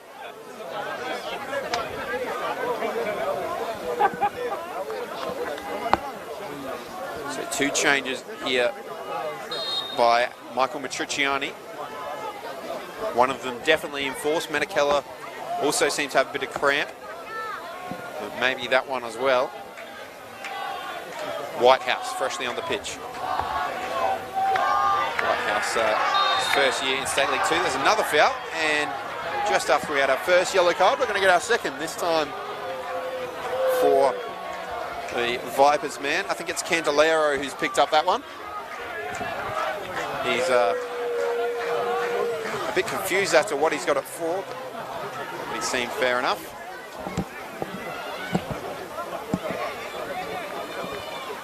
Corbo over the set piece.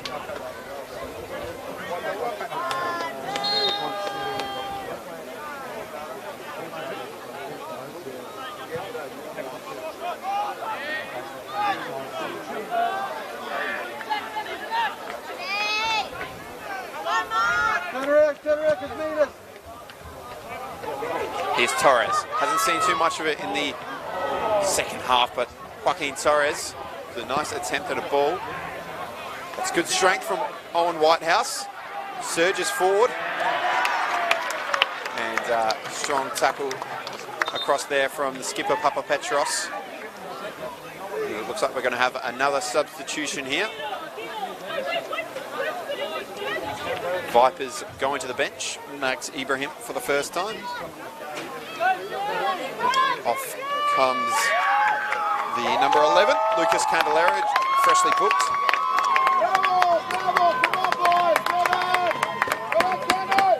So change on the right hand side here.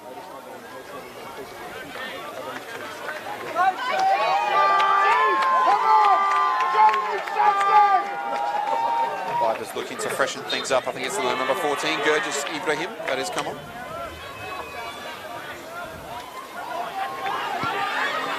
Chance here, just flash wide. Goes to Ibrahim, the Egyptian. He's got 9 goals in 24 games this season. Come on, stay focused, stay positive. Okay. Works as an accountant. Good closing down from Zeffi, who will now, of course, have to be careful.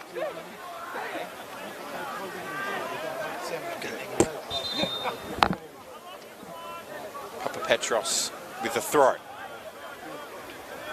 Vipers looking to work from the back here.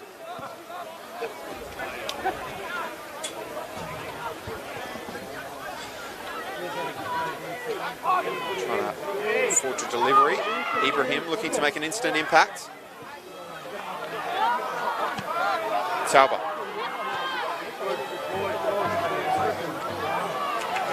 The momentum of the game just since that injury to Grechko seems to have shifted a little bit. Can he do it again? Kamagisha's dragging him left to right. Oh!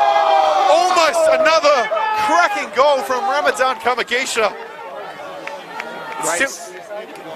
Great save there by Migliaccio there. He's down low to his left, but he's just created the space for himself brilliantly. Dragged in 3 players and just skipped past them.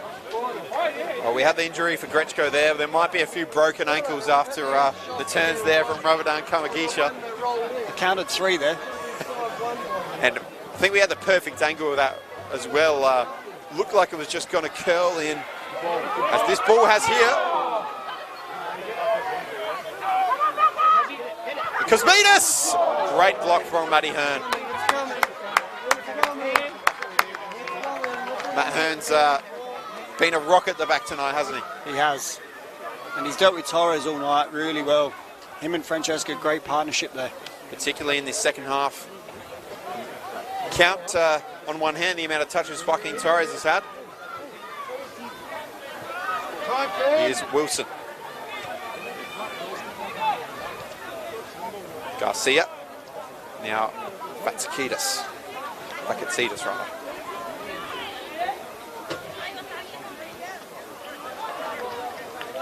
Be another throw here. Vipers just getting themselves back into the game and back on top here. And the winds died. Yeah. It's still as you like. Those flags that were flying left and right in the first half are now staying central. And it's made for a pretty open second half so far. 14 minutes remain. A long throw here. Kamagisha trying to get in there, but Hearn gets it away. Bowman was trying to get Mark Talbot touched, I think. Way over our heads, mate. That was almost on the roof. 14 minutes remain here. Extra time, of course. And I think there's a bit of blood maybe on the arm of Alex Cosmides that the referee is inquiring about. And he's going to have to come off here briefly. I think that was just when he had that shot at goal, the artificial turf cutting him up. Yeah, they're not fun. The artificial burns, I tell you what, they are not fun. Yes, not a happy sight to see. I'm sure we have a pretty nasty scar on that elbow, but he won't care if they end up in State League 1 by the end of the night.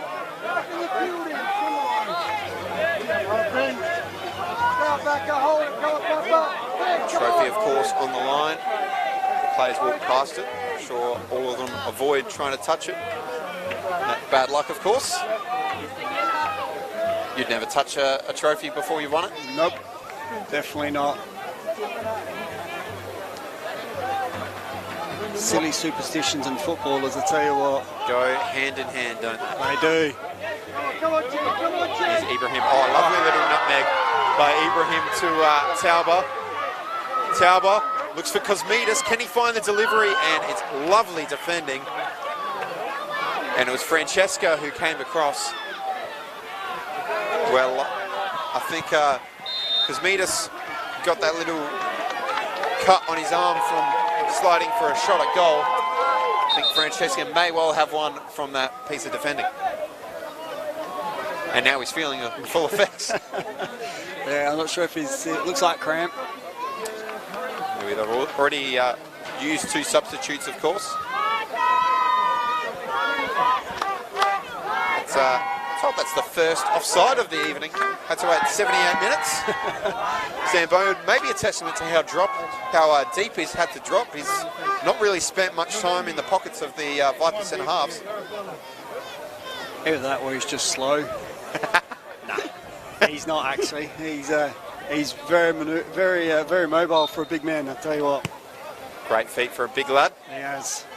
Yes, I'm surprised actually Grechko wasn't caught offside a few times, but I think just coming from a deeper position, he was able to stay with it. So broke the lines on a couple of occasions as the Vipers fans spring back into full voice. Kuzminas, and it was an unorthodox attempt at goal, but it still had Maglaccio a little bit worried. It did. Maglaccio mentioned that he wasn't kicking the goal kicks long. That time he has sent that one long. Come on, boys! Come on! Yeah, out of the hands a little bit different than off the deck, so I'm just wondering if it's... be a goring, something like that. Unless it's a game plan, it's, they've gone, yep, this is what we're doing, so... And Bowman does well to knock it down. Jacob. Here's Christian Zeffi. Floors one defender and has a sider at goal.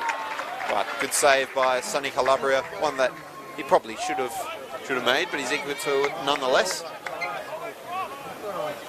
As we close into the final 10 minutes here at the Velo Football Centre. Of course, don't forget, extra time and penalties to come if we are all square. Last year's State League 2 grand final also went to extra time. That one between Cobras and Eastern United.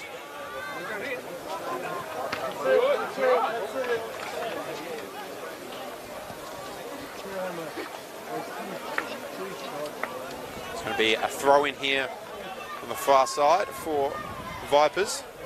Papa Petros. He does love to get forward, doesn't he, Papa Petros? He does. He's bombed on pretty much all game. That's what modern fullbacks are these days. They're almost wingers. As for Adelaide Uni, it's a bit of a different approach for them.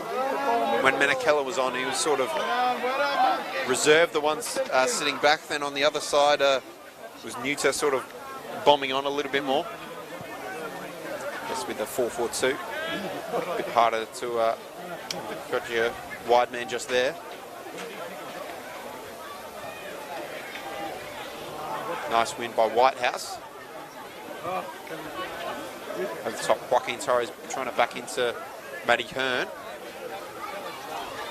Last 10 minutes now. It'll be interesting to see how Vipers go. They had a game only on Saturday, whereas Uni had obviously the weekend off.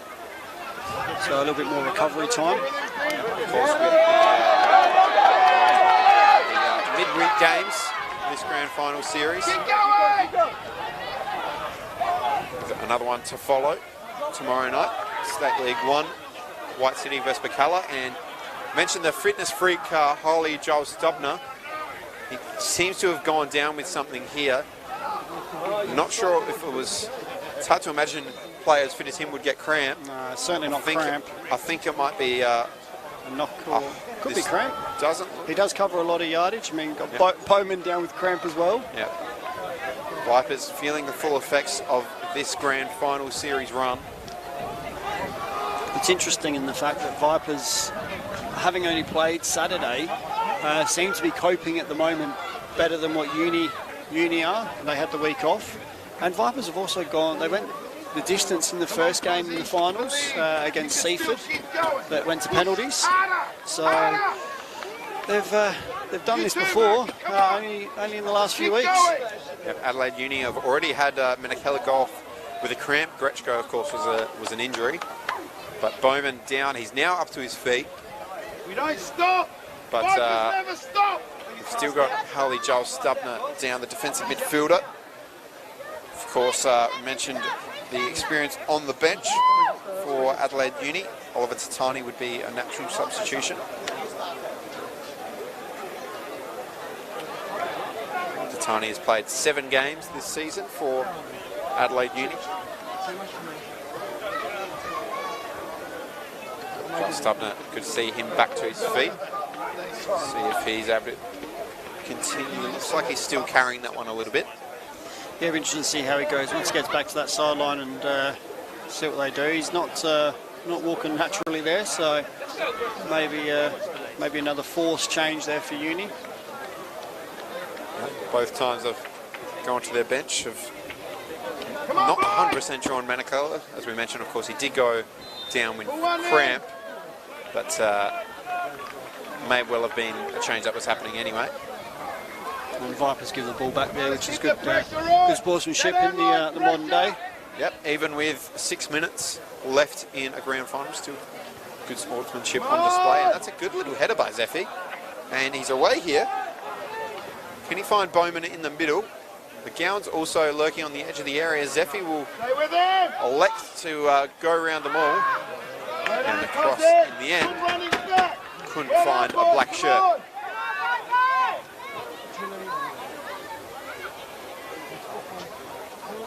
The pace of the game has slowed down a little bit since those that double change that Adelaide Uni were forced to make. The stoppage that happened there. Joaquin Torres, nice feet. And we saw little glimpses of it in the first half, the silky skills of the Chilean Joaquin Torres. But a little glimpse of it again there. Yeah, just not enough in his second half. Just not enough. And Vipers player down. Can't quite see the man down there, but both sides definitely feeling it. Harley Joel Stubner, it is... Came back on. He's now stretching out there in the middle of the park, trying to, I think, alleviate that cramp. Yeah, I think he'll welcome this rest, but it's Diego Garcia who's down. He's had a terrific game, but he's down now for a bit of treatment. Looks like the right knee, maybe.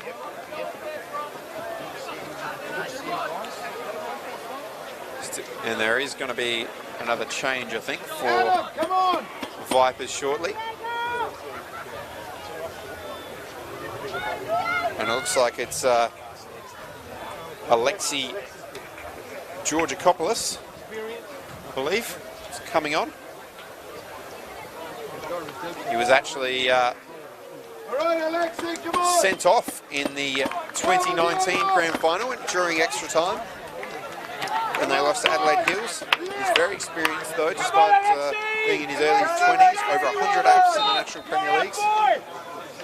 Scored 4 goals in 25 games in all comps this season.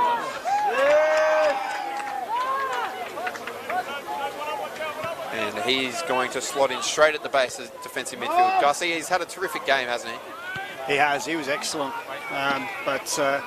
Like all the players have been they've started to struggle with fitness. That high press early on, and Uni, they've struggled as well. So starting to see those changes now purely through injuries and tired legs. Could be that might be a big loss, Diego Garcia, won't it? Yeah, he was excellent in that base of midfield. So it'll be interesting to see how they cope for the next few minutes without him. McGowan. We saw his good feet going forward earlier on. He's been dragged back as they counter here, but it's still alive with Kosmidas. Can he beat his man? Kosmidas looking to draw one across, but never really sort of hedged his bets between a shot and a cross again. Yeah, he did that time, but great defending there from Francesco. He knew he wanted to get him on the left foot, so Francesco just tried to sit there so he couldn't go that way, and just eventually just forced him to hit a hopeful ball into the middle of the park, into the middle of the box, and it paid off for Uni. Ramadan Kamagisha, it was a great moment for him scoring the Vipers goal. He is the longest serving first team player in this side. Played over 100 games for Vipers in the Federation. Yeah, was awarded for that with the club actually the last season. And he's a chance here for Bowman. Oh, almost over the line. Calabria with a save down low to his right. Bowman with another sighter at goal. So close. What a great effort that was. And between Calabria and the defence there, they managed to clear it off the line. But it doesn't take much. Bowman doesn't need much. Doesn't need many opportunities. And look at that. He's forced that. And Calabria's done just enough to keep it out and allow his defence to help him out. He is really a proper number 9, isn't he? Drops off, gets involved in the link-up play, but in that area, like you say, he doesn't need much of a chance, does he? No. And the scary part here is the player that's down for Vipers is Georgakopoulos. I think it's the sub that's just come on. No, I think it's John Papapetros, I believe. Captain. Both with the man buns. Yes, that's. I'm never going to get there, but it's nice if you can have one. They're lucky enough they both can have one. So. Well, he's hoping that he can get something that you've got in the next half hour or so. State League 2 winners medal. I hope he can stay on. He's been excellent tonight. He leads by example. I've noticed that tonight. Not a huge talker from what I can tell, but leads by example and sets the tone for what his players want to do. Absolutely, and it seems like he's going to be all right here. I think I just saw the trainer give a thumbs up. Good to see he'll be able to continue, really putting his body on the line as that shot from Bowman almost trickled over, as we trickle over into injury time.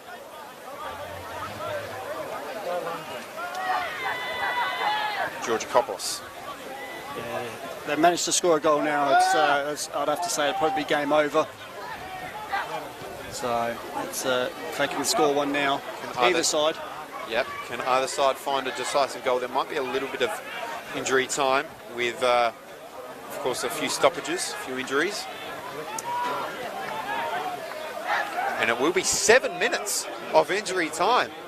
Well, I expected a fair bit, but did you expect that much more? I wasn't expecting 7. I thought maybe 5, but taking into considerations all the substitutions and the injuries, it's okay. Well, it probably is true to the amount of time we've missed out with the amount of games, but you just don't often see 7 minutes added on without a really, really, really serious injury. Papa Petros is still waiting to come back on here. Bowman. Zephy. Referee lets it run. No real complaints. Well, Ramadan's been everywhere this half. Absolutely. He didn't get on the ball too much in the first half. Maybe saw, and that's a good ball. Joaquin Torres was chasing that. It sort of held up on the turf, didn't it? It did, yeah. And that's what happens with the artificial turf. It doesn't bounce through sometimes. It will stick and pop right up. And Migliacci did well there. He's come out and realised that quite late that it is popped up, and he's managed to at least clear out for a throw-in. Both goalkeepers having to be very active off their lines tonight. Migliaccio and Calabria. Surge forward here. Cleared away with the centre half getting forward. Vakatsidis.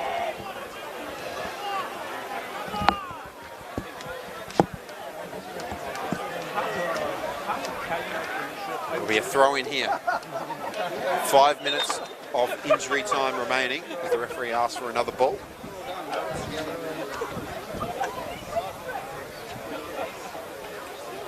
Any of these sides you think looks more likely to grab a late winner? It's always hard to tell, of course. It is hard to tell. I mean, Adelaide Uni had a great opportunity. So, I mean, it's Vipers have the ball. You never know these things. I mean, the goals both goals come out of nowhere. I mean, you look at the first goal was a free kick, put into a dangerous position, but then you look at Ramadan's goal and what a cracking goal it was from effectively nothing. So, I mean, anything's possible, really. I see it going to extra time, but commentators curse. That could all change here off this corner. Lofted in, Wilson was getting Torres and Kamagisha, and that time couldn't quite find the one to strike again. No, the way he hits the ball, why not have a try? That's, I think, his fourth one from range. Yep. 2 of them have gone just wide, and one's settled in the corner of the net. So why not have a go? It's Sandy, keep talking. It's been a very even second half after Vipers were much the better side in the first 45 minutes, but really has been end to end is Whitehouse. Gowan looking for Bowman. Can he bring it down? Bowman just couldn't his weight behind that one. Of course, there was 7 minutes of added time, so still plenty of time for either of these two sides to get what would be a memorable way to win promotion and, of course, win the trophy in the process. Of course, we've seen some memorable finishes as of late. in the NPL. That we have. Look at the way the league finished in all 3 leagues. Absolutely. Who can make themselves the hero tonight? Georgia Coppers. Coughed up possession there. Whitehouse looking for a cross and just sort of flashed directly across the goal. Whitehouse, first year in the SL2, actually came through from the collegiate teams. Tried out for the reserves and has forced his way into the squad. So great effort there. Yep, came on trial. Start of the season. First time he's been in the first team.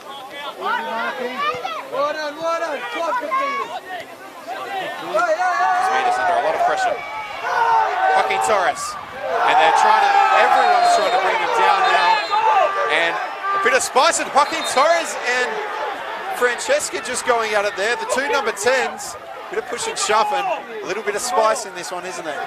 It is to finish the game. There is.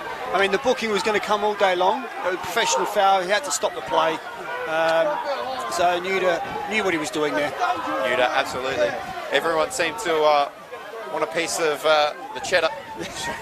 Everyone trying to get that professional foul to stop what looked like it could be a dangerous counter-attack.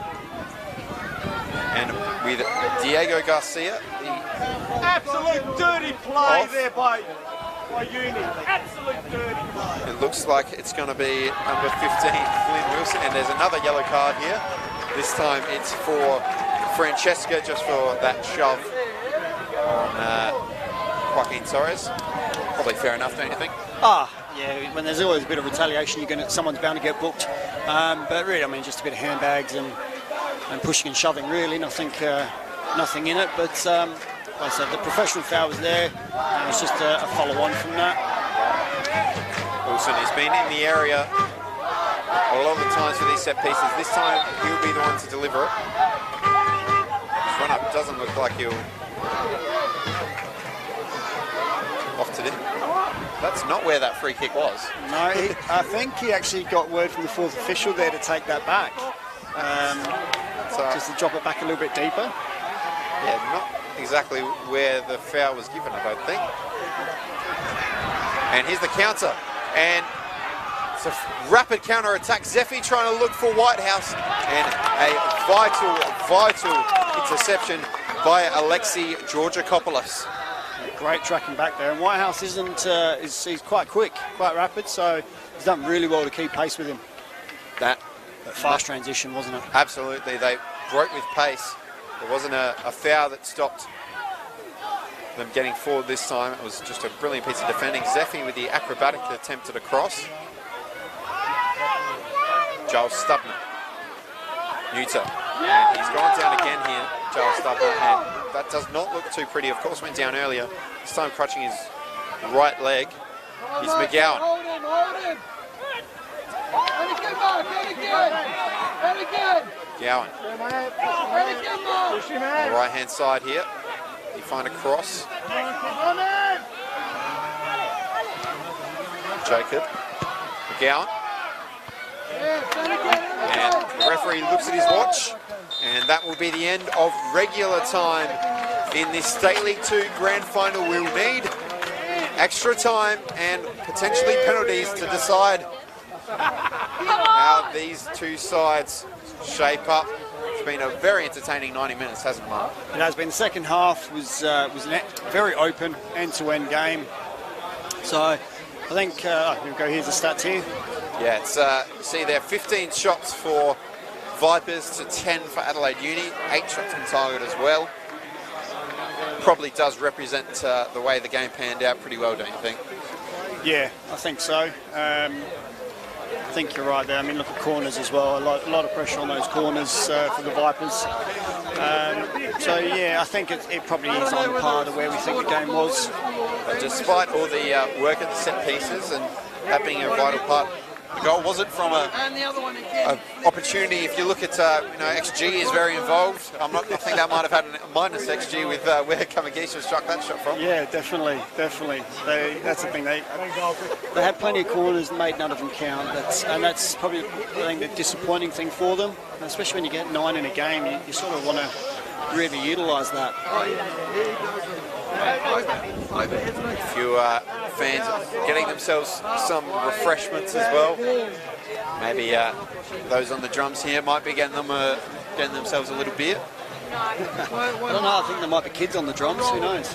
Well, there are a lot of kids here. I hope not, but there are a lot of kids here, a lot of Vipers supporters here. Uni have got some good support as well, but there seems to be more Vipers supporters, I think. It is good to see all the juniors out in force, isn't it? It is, it's excellent. Hope to see that over the course of the next couple of nights. If you are able to come up, don't forget, we're at the Baylor Football Centre again tomorrow night for State League 1 Grand Final. White City versus Bacala, of course, 1v2. In that one, those two sides already promoted to the NPL, but with the chance to win the trophy. Yeah, it'll be an exciting game.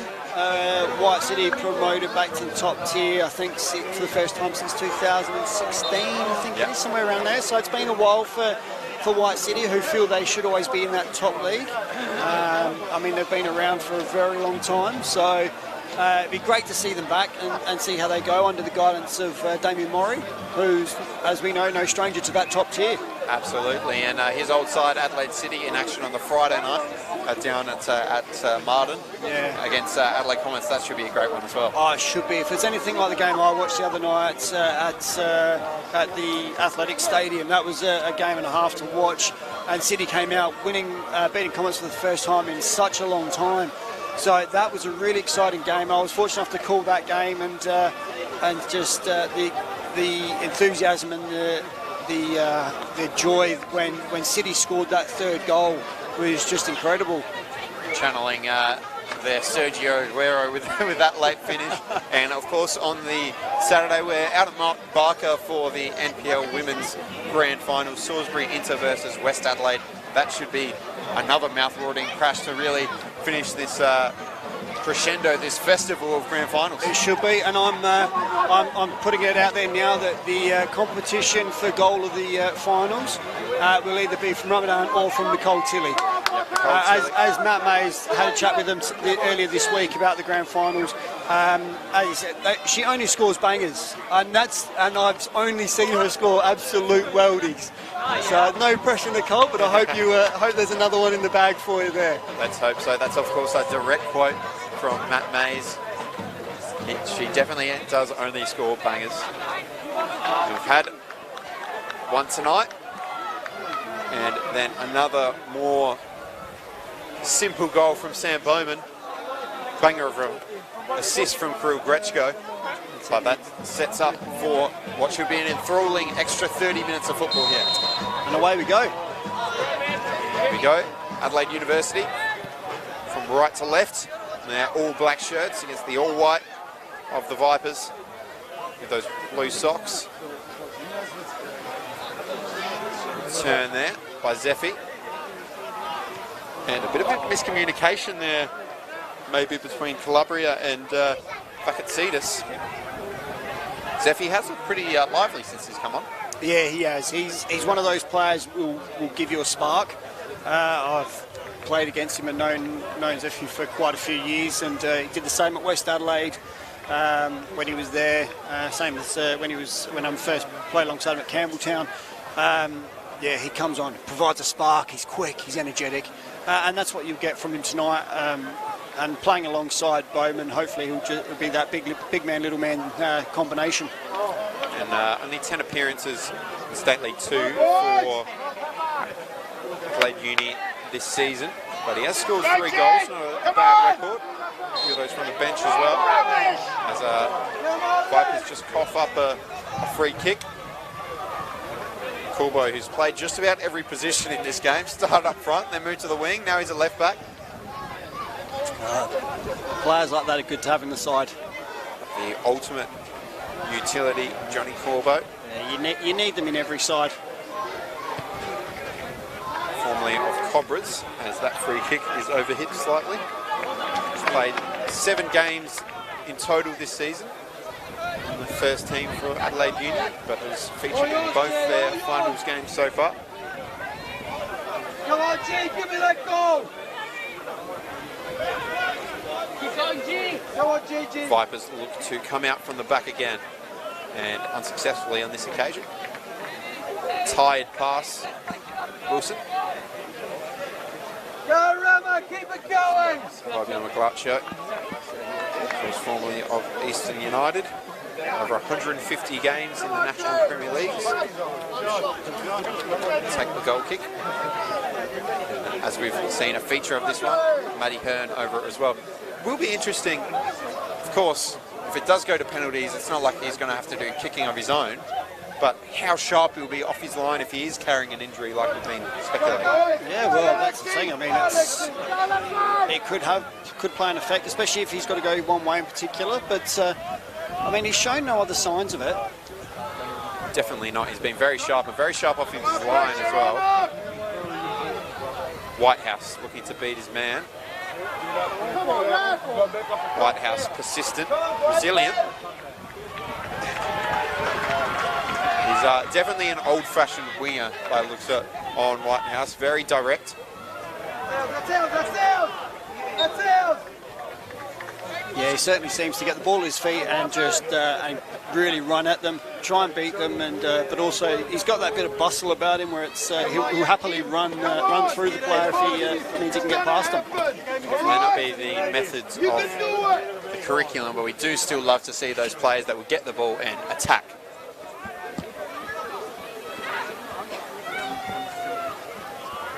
It's Vipers playing it amongst themselves in defence once again. Talbot.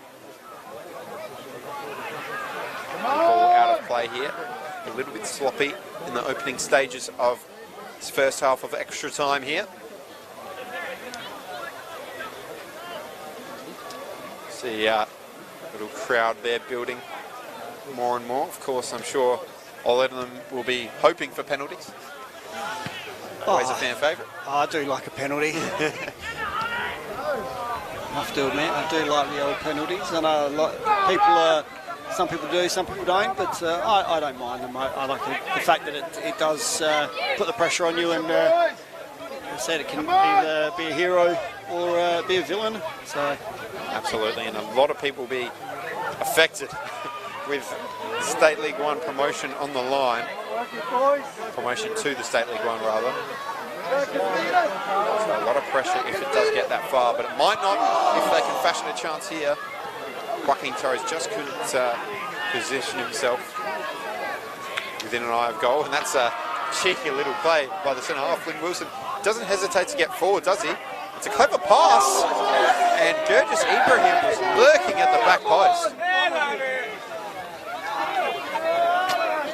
Ibrahim just attacking, and Fabio Maglaccio was scrambling a little bit there. He was stretching for it, and he was lucky that Ibrahim probably just pulled out a little bit, just enough for him to see it away. But yeah, I think he was just struggling there.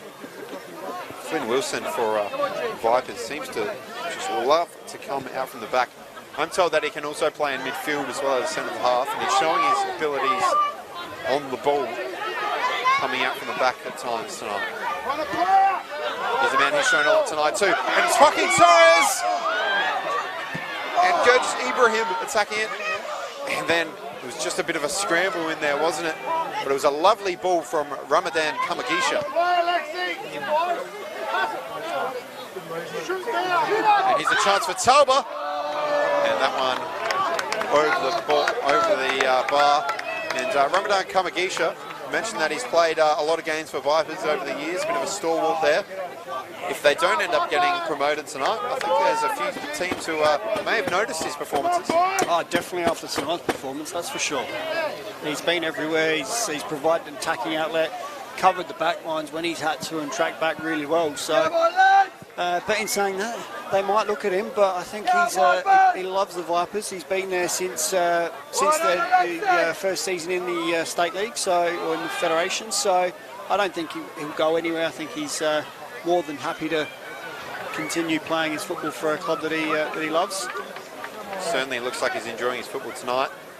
And speaking of players that love their club, I think John Papapetros, I think his game might be done, because he's gone down once again, and they immediately called for a substitute. You can see him shaking his head. It doesn't look too good. He's been brilliant tonight, but it does look like he will have to come off. It's number 20 coming on. And it's Scanes that's on in his place. It's a real shame to see Papa Petros go off in that way. Put in a shift tonight. May have been, of course, there's still time for heroes to be made in this one, but may have been in line for best in ground honours. He'd probably be up there. Yeah, he'd be up there, that's for sure. He's had a great game. So, but I mean, he should still quite easily get it. I mean, it's still, even if you go off at this stage. Anyone else that's stuck out for you in that regard? Garcia had really sort of caught my eye. He was excellent. He's gone off obviously late in the second half. Adelaide Uni Stubner, Giles Stubner's been everywhere. He's been good. But even Hearn and Francesca at the back for Uni have been just kept Torres in check the whole game. They've been excellent. So it could go any way. I think it's picked by the referees. So it could go any way. I think normally it goes from a... There's an attempt at goal from Flynn Wilson. Sorry to cut you off there, Mark. But Flynn Wilson mentioned that he loves to get forward. He does. As you said, he's also a midfielder, so he can sit in either role. So I think that's where that adventure comes from. It's a nice take there from McGowan. Just saw... not sure if our cameras might have picked it up, but off the ball, Giles Stubner has been struggling with cramp all pretty much for the last 30 or 40 minutes. And he's still really showing a lot of resilience and persistence to keep powering on, because I think he is struggling a bit. Yeah, I think so, but he won't stop. Yeah, he's probably up there in terms of kilometres covered, I think. Yeah, he's been everywhere.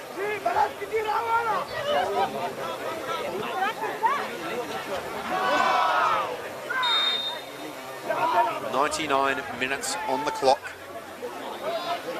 These two sides with another 20 minutes plus a potential penalty shootout to decide who will go up to State League 1. See free kicks conceded start there, 9 apiece. Sort of a game that has been a little bit stop-start at times. Ramadan Kamagisha on it. Drops his shoulder. Great strength and lovely skill from Ramadan Kamagisha. I'm surprised his name didn't get a mention when you were talking about players who could be best in ground. Yeah, he's been excellent. He's got an uncanny knack of just being able to drop the shoulder and give the defender the slip. Georgia Coppolis coughs up possession there.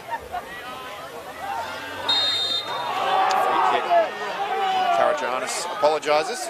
Fiona Karajanis, teacher at Charles Campbell. A few teachers out there tonight.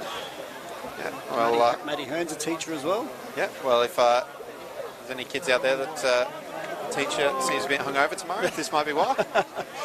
Maybe he's called in sick for tomorrow. Dion Karajanis also an Arsenal supporter, I'm told, unfortunately. Yeah, good lad. He should win the ticket. Oh, he's a chance, and Zeffi having a shot at goal. Christian Zeffi making a chance out of nothing. Forcing the save there. Calabria had it covered down well, but I think it's on target, makes him make the save. That's what I said earlier, Zeffi will do that. He'll just provide that little bit of a spark. A number of different clubs. Coming off the bench, he's been very lively. Now Adelaide Uni can come forward again. Kamagisha does well. George Coppolis. Kamagisha, Whitehouse bearing down on him. Fresh and full of pace, but Kamagisha just too slick. Here's Ibrahim. Thrashing ball across, but Matt Hearn, once again, brick wall in defence.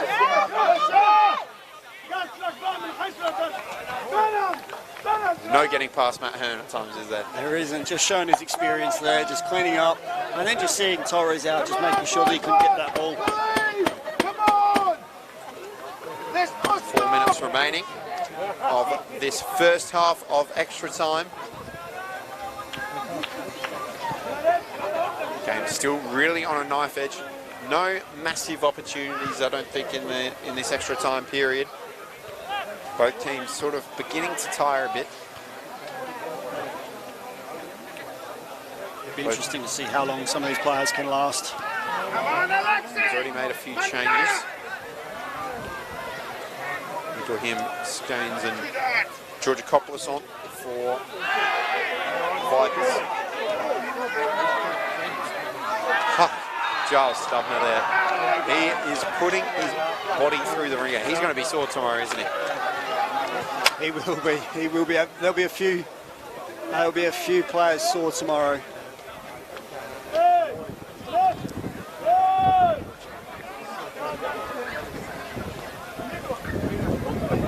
Going to be a big crescendo here. Definitely a chance for one of these players to put themselves down in folklore for their clubs. We mentioned these two teams both joining the federation in the past decade. Adelaide Uni haven't been in terms of the federation into the second division since 1961. Ball in here and it's flicked on and almost ended up in the back of the net. I think it was Matt Hearn who got the final touch, but it was a fantastic save by Sonny Calapia. He's kept his team in the game there. Great ball, great free kick as well. Vipers just seemed to switch off there. They did.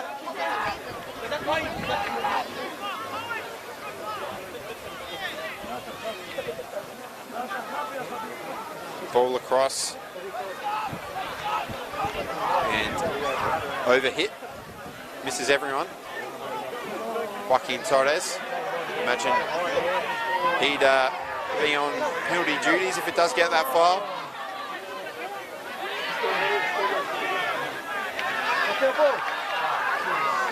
It was interesting to see who steps up. Might see a few of the experienced heads at the back want to take their chance. Yeah, I would assume that with the likes of Uni, the players like Matty Hearn would step up. Sam Bowman definitely step up there as well. Sam Bowman has scarcely had a touch in this extra time period. And Ramadan again just gets back. He's very good. His all-round game is fantastic. Gets forward. He's got a lot of flair. The way he drops the shoulder reminds me a little bit of it's a bit of a niche reference, but Tungo Ndombele from Tottenham, the way he drops the shoulder. But unlike him, he's very, very good at the defensive aspect of the game as well. I'll take your word for that. I don't watch many Spurs games. The only ones I watch are the North London derbies that we win, so... Well, there's a lot of spice in this one as well, with 15 minutes remaining, all square, as we close out extra time. Those 2 goals, 3 minutes of each other. It was Sam Bowman who put them in front. Here's the extra time stats. This is just for the first period of extra time. 4 shots for Vipers, 1 shot on target. 100% shot accuracy from Adelaide Uni. 2 shots both on target. No goals. No, the key one there, no goals. So it'll be interesting to see what happens, see if there's any more changes. And that's the stats for everything. We'll pop them up again shortly. But Vipers do have the lion's share of most of the statistics at this stage. But the only score that matters is all square. 15 minutes as we get that one back up for you there. The extra time stats. The attackers have really been keeping their line well, haven't they? Just 1 offside throughout this entire game. The entire game. Quick turnaround. Here's the... Of course, a short break. Not too many players down on their haunches, it seems. And here are those stats for you. 19 shots to 12. Really depicts how much of an end-to-end game this is, that it's both teams with high numbers. Yeah, definitely. And the second half really opened up a lot when both teams started to get a bit tired. It'll be an interesting second half here of extra time, especially with lots of players going down for cramps throughout the game. Both teams have still got a couple of substitutions to make. So it'll be interesting to see how many are utilised in this second half. Absolutely. You see there, just 3 minutes between Sam Bowman's goal and Kamagisha's equaliser. But now it is really squeaky bum time. It is, it is the chance to make yourself a hero at the club this Wednesday night as the wind picks back up a little bit for the second half of extra time of the State League 2 Grand Final 2021. And that wind's favouring Uni in this half. Come on, Red! Are you kidding me? Georgakopoulos. Karagiannis.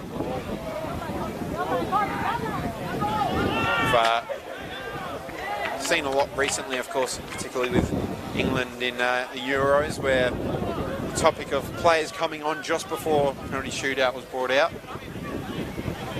Where do you stand on that issue? Do you think players that might come on? I've seen it work, and I've seen it fail. I mean, look at not only at the Euros, but West Ham did it with Mark Noble. Yeah, so I've seen it, but not sure it works. See if Michael Matriciani or Mags Ibrahim look to go to their bench anymore. Michael Matriciani has been on his feet pretty much this entire game. Constant discussion. He's a coach with a lot of experience. A very thought-provoking coach as well. Was lucky enough to work with him a little bit many years ago now, when he was just starting out with coaching. And yeah, very good footballing brain. Definitely has a philosophy, likes to stick to it. Had to be a bit fluid with it at times tonight to adapt to this game. After their rough start, they got back in it. Zephy, and he's done very well to get back possession, and a lovely little scoop. Almost like he's playing futsal there. And as a deep ball, Sam Bowman was attacking it. Sonny Calabria had to be brave. Great take there. It's not the ones that will end up on a highlight reel, but very important goalkeeping to claim that one. Chose not to punch it away. Talbot still looking to overlap his man. Interceptor and Francesco looks for Bowman, who just put his hand up and said, no thanks. I don't think I'm going to bother with that one. Still coming back from an offside position there. Done with a nice little flick on. Kamakisha gets it to Karagiannis! Oh, what a save by Maglaccio. Joaquin Torres trying to keep it alive. And Maglaccio with another really good stop as Joaquin Torres goes into the book. But he's been brilliant tonight, hasn't he? He has been. Great save there by Maglaccio. Down low to his right. Great effort. So it's a great effort, great save. Good football all around there. Good off-the-ball run there from Torres across the defenders. Maglaccio, he is a great goalkeeper. And he's been in fine form tonight. Mentioned players that could be up for some honours. Yeah, we've made a couple of great saves. One in the first half, the one he kept out, which I'm still trying to work out how he did that. Must have been from his former goalkeeper coach. Not saying who that was. I'm going to have a guess at you. You might be right there. But no, well, he's been around for a long time. Played a lot of football, Maglaccio, so he knows what he's doing. He's still not that old, still in his mid-20s. And that's the thing about it, he's already played quite a few games and he's still only 25, 26 years old. Yep. So he's got a long future ahead of him if he wants to keep playing. Over 150 games in the National Premier Leagues. Keep going, boys! St. Wilson, the missing ball through the lines for Georgakopoulos. Ibrahim gets it in towards Torres, claims of a penalty, got the ball. Great tackle there. Fantastic tackle. Francesco with a fantastic tackle. And it's been a feature of this game, but Harley Joel Stubner is still down. Yeah, he's really strong. We have another look at that tackle. Excellent stuff from Francesco. But Harley Joel Stubner, got a feel for him. He's been through the wars tonight. He's been everywhere. Between him and Ramadan, I think they've probably covered every blade of this artificial pitch. I think this might be it. He's holding his quad. It doesn't look good. Or maybe his thigh. That might be him done for the night, maybe.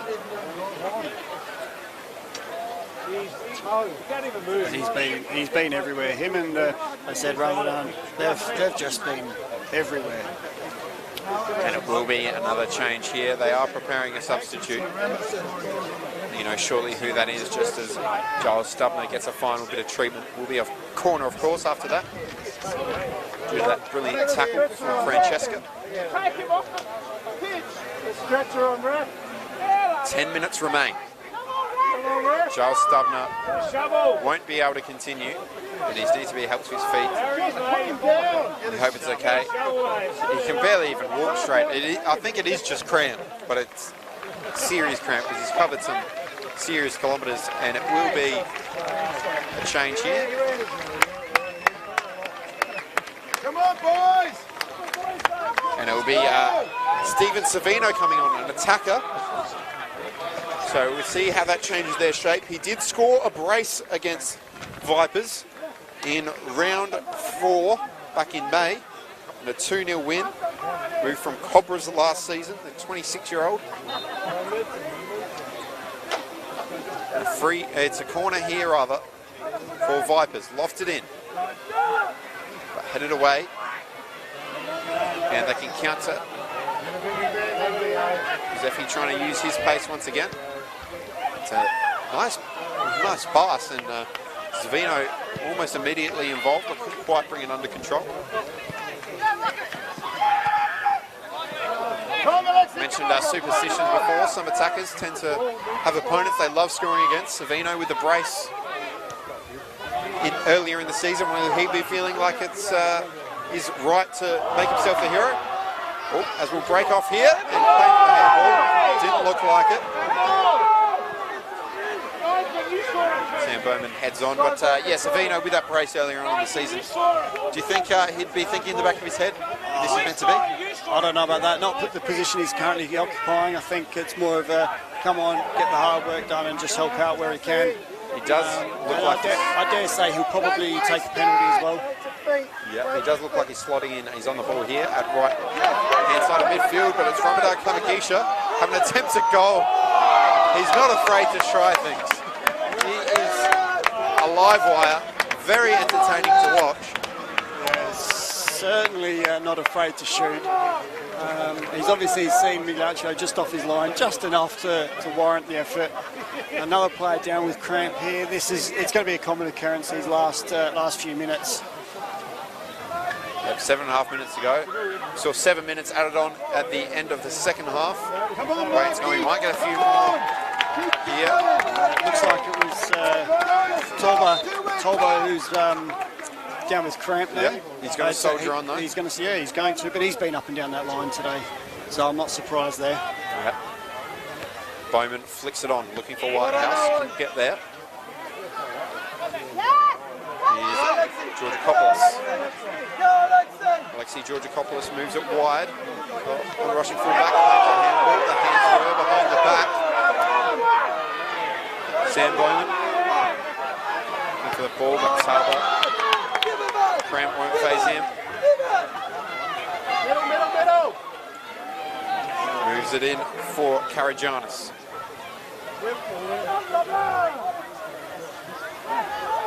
Karagianis. Michael's just finishing this game a little bit stronger at the moment. Uni just seem to be out on their feet a little bit. Yep, Adelaide Uni penned in. Almost look like they're waiting for that whistle for the end of extra time. They've still got a fair bit of time to wait. Ball across here. Karagianis looking to attack it. Zeffy. Vino robbed in possession by Talbot. He's done well. Zeffy's also tracked back, helping out his fellow substitute.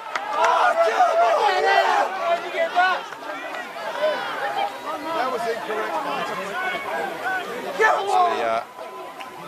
So 5.5 minutes here left in the clock. This extra time period hasn't quite been at the same pace that normal time was. Both sides really struggling as Vipers do get themselves throw in. Torres, I don't think he knew too much about that one, bouncing off the top of his head. No, he's been nullified this extra time, and even in the second half, he's struggling to get on the ball and make an impact. Just mentioned how many players struggling with camp. Just saw the referee actually pulling up a bit, stretching his legs out. It's tough for them as well.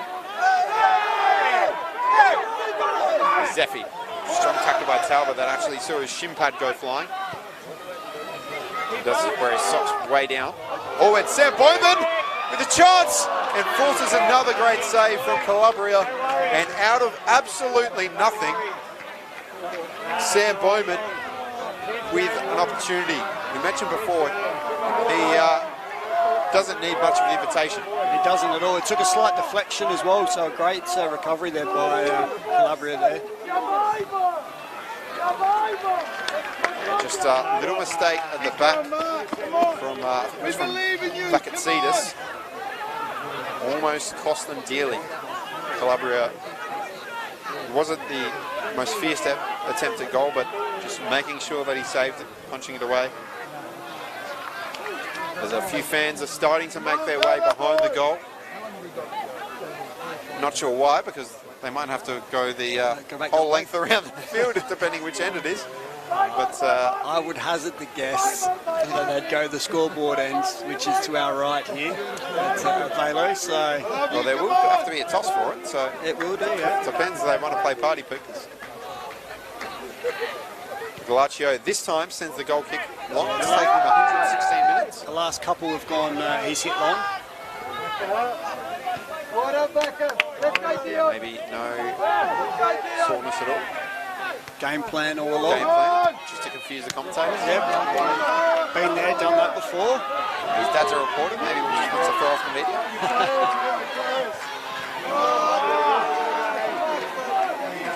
Zeffy, he's got a bit of space here. He's been brought down, Bowman. Can Savino hold his line? He's onside. It's Savino! Oh, and he just got it caught under his feet. Playing for a penalty, but that was a chance. It was a chance. He should have hit it the first time. He brought it in. He tried to cut back in. I'm not sure why he wanted to cut back onto his left there, but fresh legs as well. That may be one that comes back to cost him. He's on the ball, looking to atone for it right now. Savino, nice play. It's Jacob with a ball across, and Whitehouse desperately trying to keep it in. Oh, lovely for Whitehouse. That's brilliant. But couldn't beat the second man. Just see when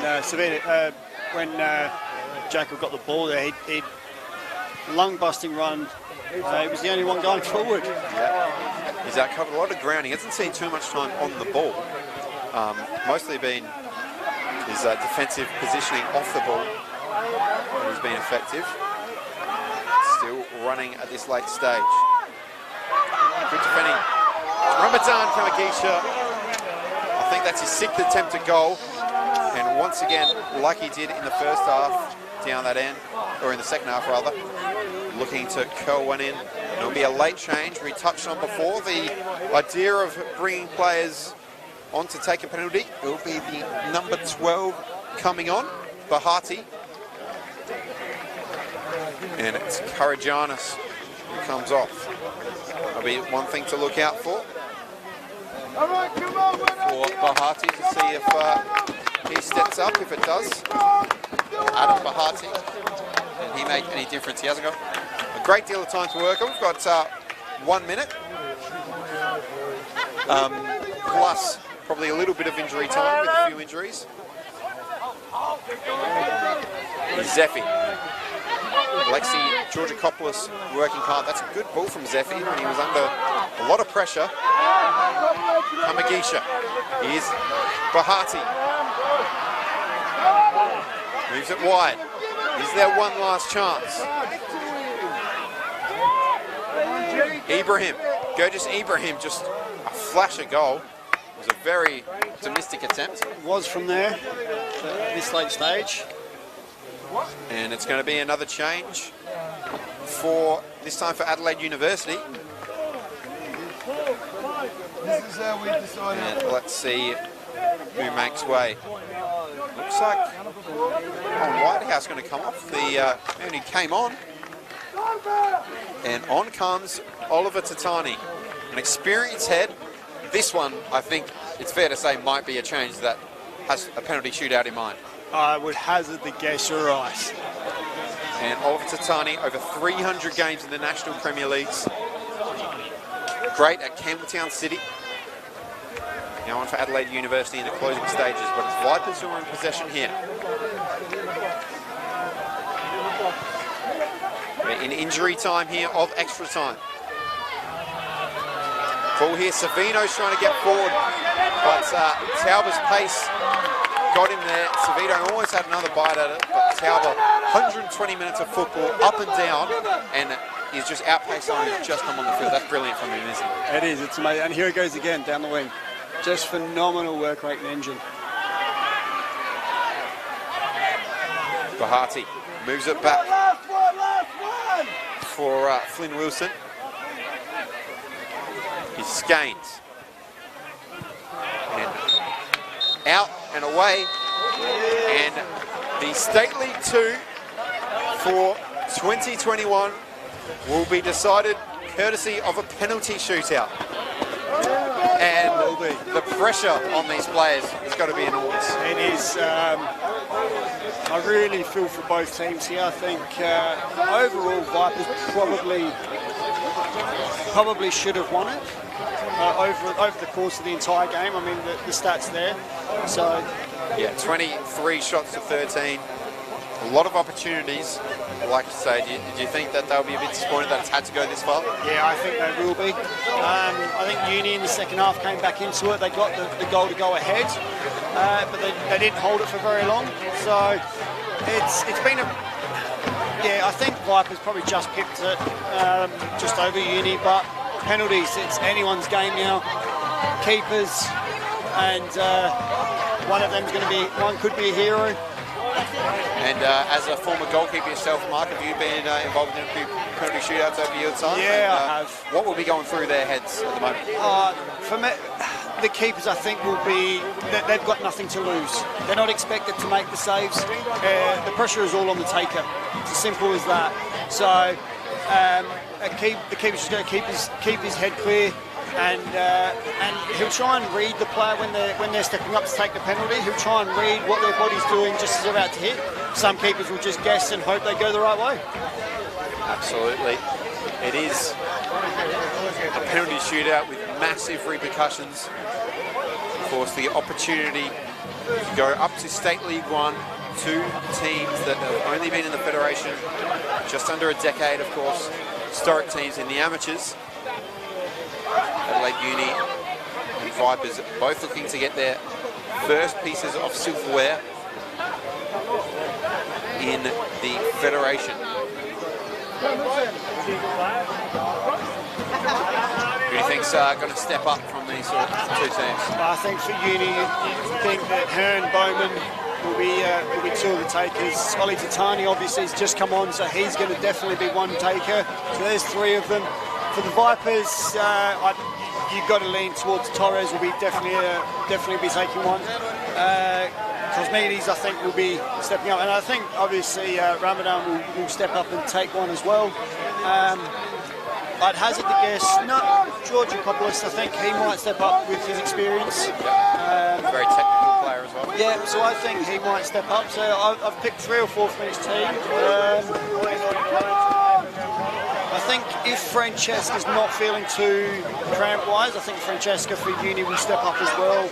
And I know Zeffy's quite confident, so there's probably my 5, I think. Let's see how close I get. It'll be interesting to see. We've got Tatani and Bahati as the two players. Of course, Bahati for Vipers, Tatani for Adelaide Uni. Came on late.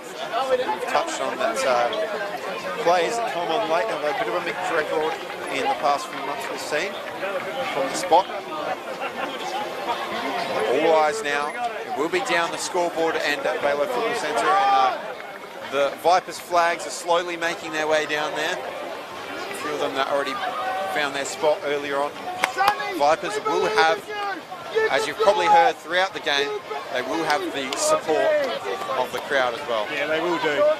Certainly more Vipers supporters, well, maybe not more supporters, but certainly noisier supporters. Absolutely, and it looks like Adelaide University will get the first penalty kick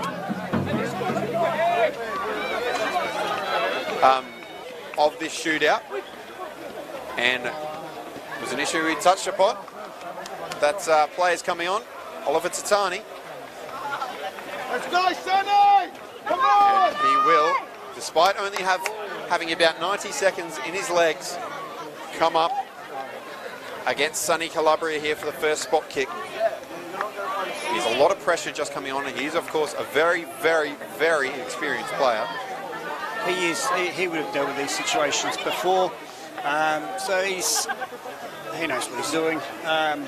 Calabria, I think, was a penalty hero in their game against Seaford. I think he saved 2 penalties against Seaford in their shootout.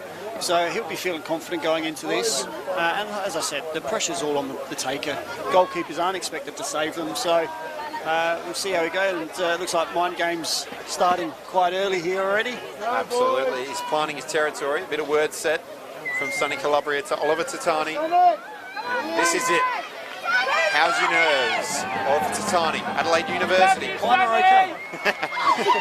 Not sure about the rest of them. Tatani steps up for the first spot kick. And it's no mistake. I don't think you get too many better penalties than that. And he's out a few words to Sonny Calabria. And, well, I was talking it up, the possibility of players coming on and missing a penalty.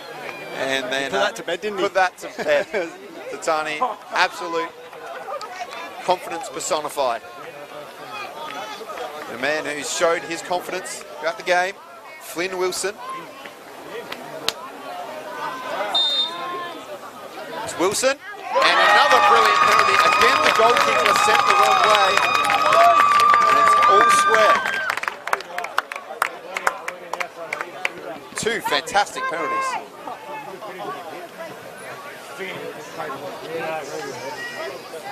Now, McGowan looks to be the one stepping up for Adelaide Uni. Once again, Calabria not minding the mind games. Mentioned that he has saved penalties in this final series. Both goalkeepers sent the wrong way so far. It's McGowan. Oh, just creeps in the corner. Calabria was very close, wasn't he? He was. He'd gone the right way. And he just had enough right in the corner there to beat him. But that's the first of the 3 so far to be a bit tighter. Bit tight, yeah. Alexei Georgakopoulos. We've got 1 right so far. Two right so far. He's not had happy memories of grand finals in the last couple of years. Sent off in the 2019 State League 2 grand final against Adelaide Hills. In the 2021 final, he takes a penalty and has it saved! Magalaccio draws first blood. What a massive moment in this penalty shootout. Come on. Big save there for Uni. Puts him in the box seat. And now this could be massive to get themselves a 2-goal cushion in this shootout. It's Corbo. Covered a lot of kilometres during this game. Sure to have very heavy legs, played just about every position on the park. And the left footer up against Calabria here. It's Corbo. What a penalty. Corbo one right into the top corner, and Adelaide University are on the verge. Yeah, not stopping that. Pressure here. Trying to do the math here. They'll still be alive if they miss this. Scaines. But Scaines, another substitute that's come on late. He's stepping up here. Scaines for the Vipers. A lot of pressure on this. Scaines versus Magalaccio, and another beautiful penalty. And Scaines puts it back within distance. 3-2.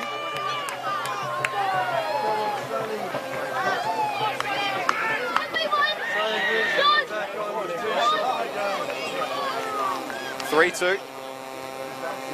And now it's Zeffy. He's brilliant off the bench. Yeah, he provided the spark for Uni. And can he provide a successful penalty kick? Yes, he can. Calabria once again went the right way. And now it's all on this. I believe it's 4-2.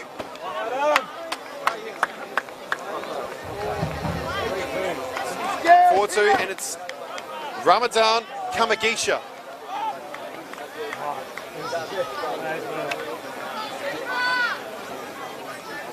Pardon me, it's Adam Bahati, another substitute, of course. Late on, only played about 5 minutes or so. Bahati versus Maglaccio, and that is as confident as you can get. Gives Maglaccio the little shush. And that was a beautiful penalty. Did they have the old little hop at in the run up there? Hop, skip, and the jump. Yeah. And it's 4-3, the 5th penalty. To win it, the captain, Matty Hearn, can make it 5-3 and put Adelaide University into State League 1. It's all on this. Matty Hearn, the captain, could put his own hands on the trophy. Hearn versus Calabria. Promotion on the line. All on this. He waits. It's Matt Hearn. And he puts Adelaide University into State League 1. And they're the champions.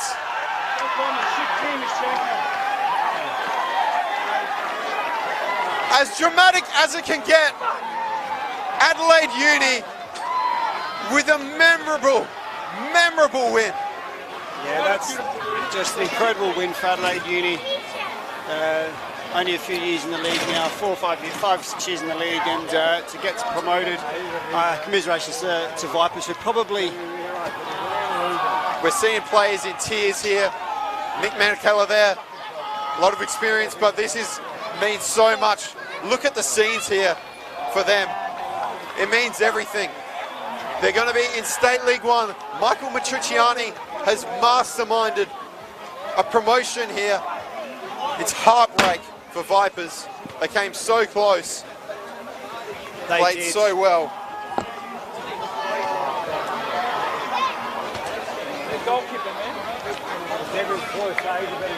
What a moment.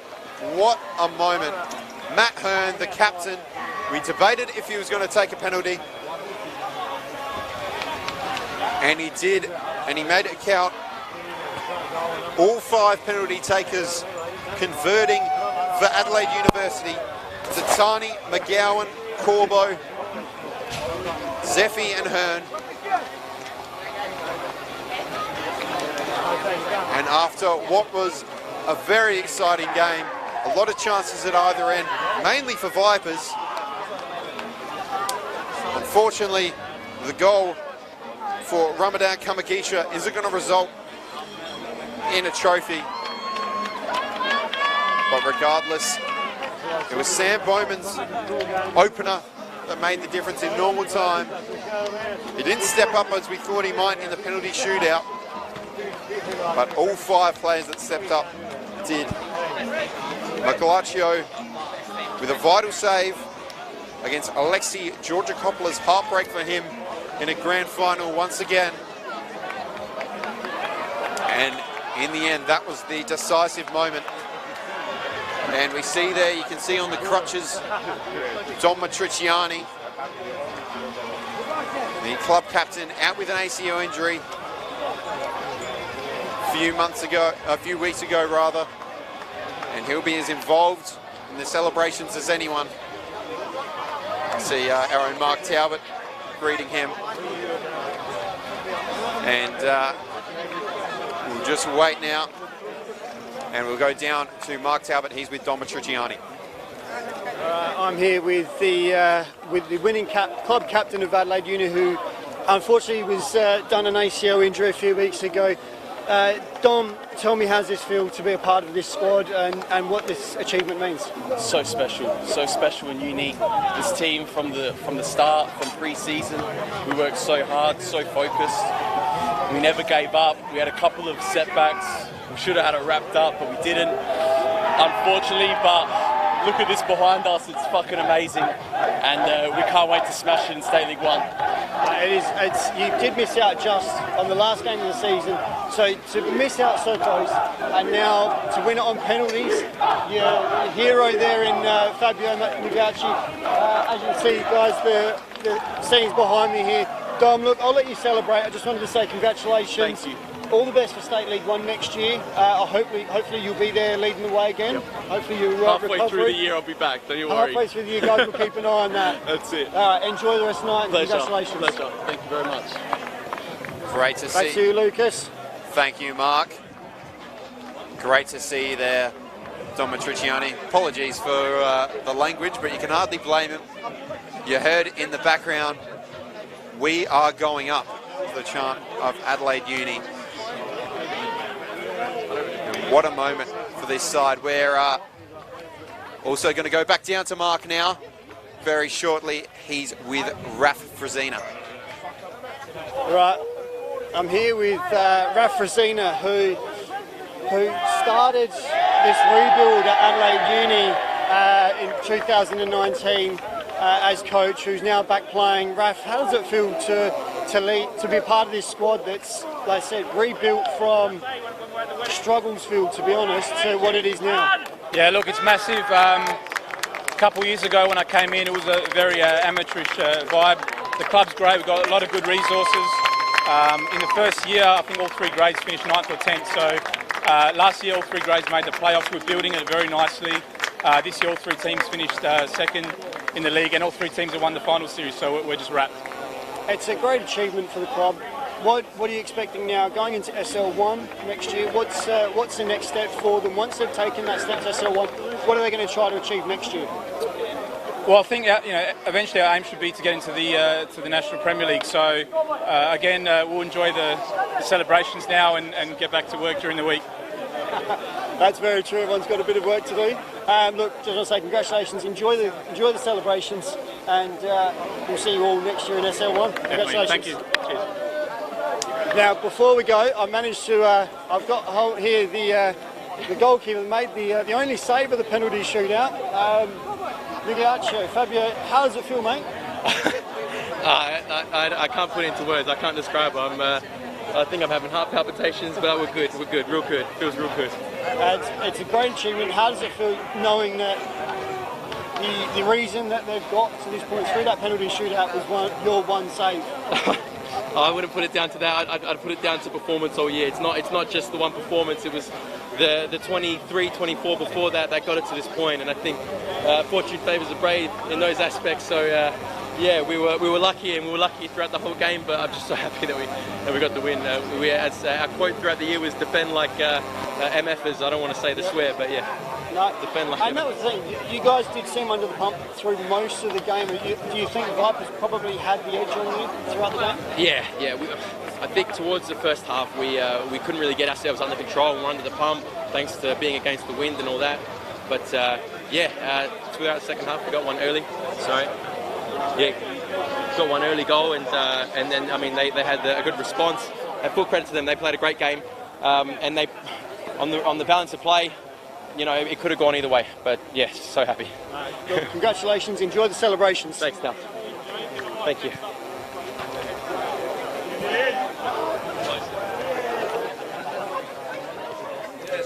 We'll have shortly we'll have the presentations of the trophies. Brilliant to see the emotions of Fabio Mugacci, who mentioned he's been through so much. And now we'll break off for the presentations of the State League 2 Grand Final.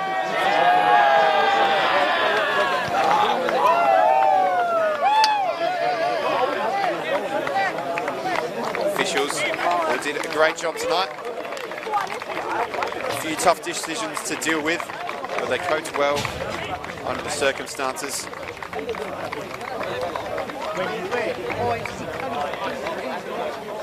make it work. It's rare you see officials get a clap from everyone in attendance, but testament to how well they've done tonight. That they receive a warm round of applause from everyone here. And I think Adelaide University very shortly will receive a little bit more than that.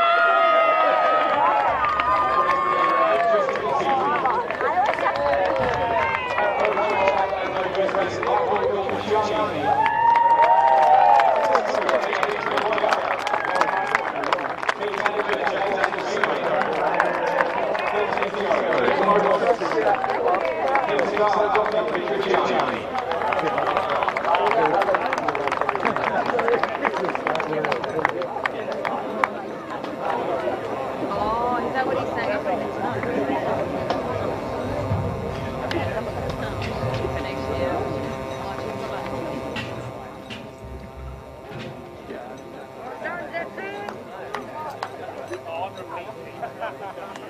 He said it as soon as he got the ball.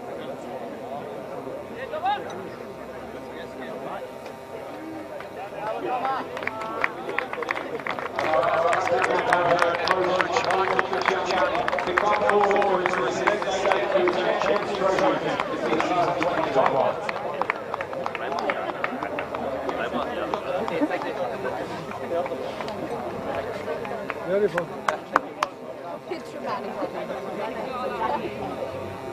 Here we go, beautiful to see Don Matriciano being presented with the trophy as well, alongside Matt Hearn. They'll get a photo first, and then they'll join their teammates and lift those trophies high. And there you are, your State League 2 champions for 2021. As they soak in the atmosphere, Adelaide University on their way up.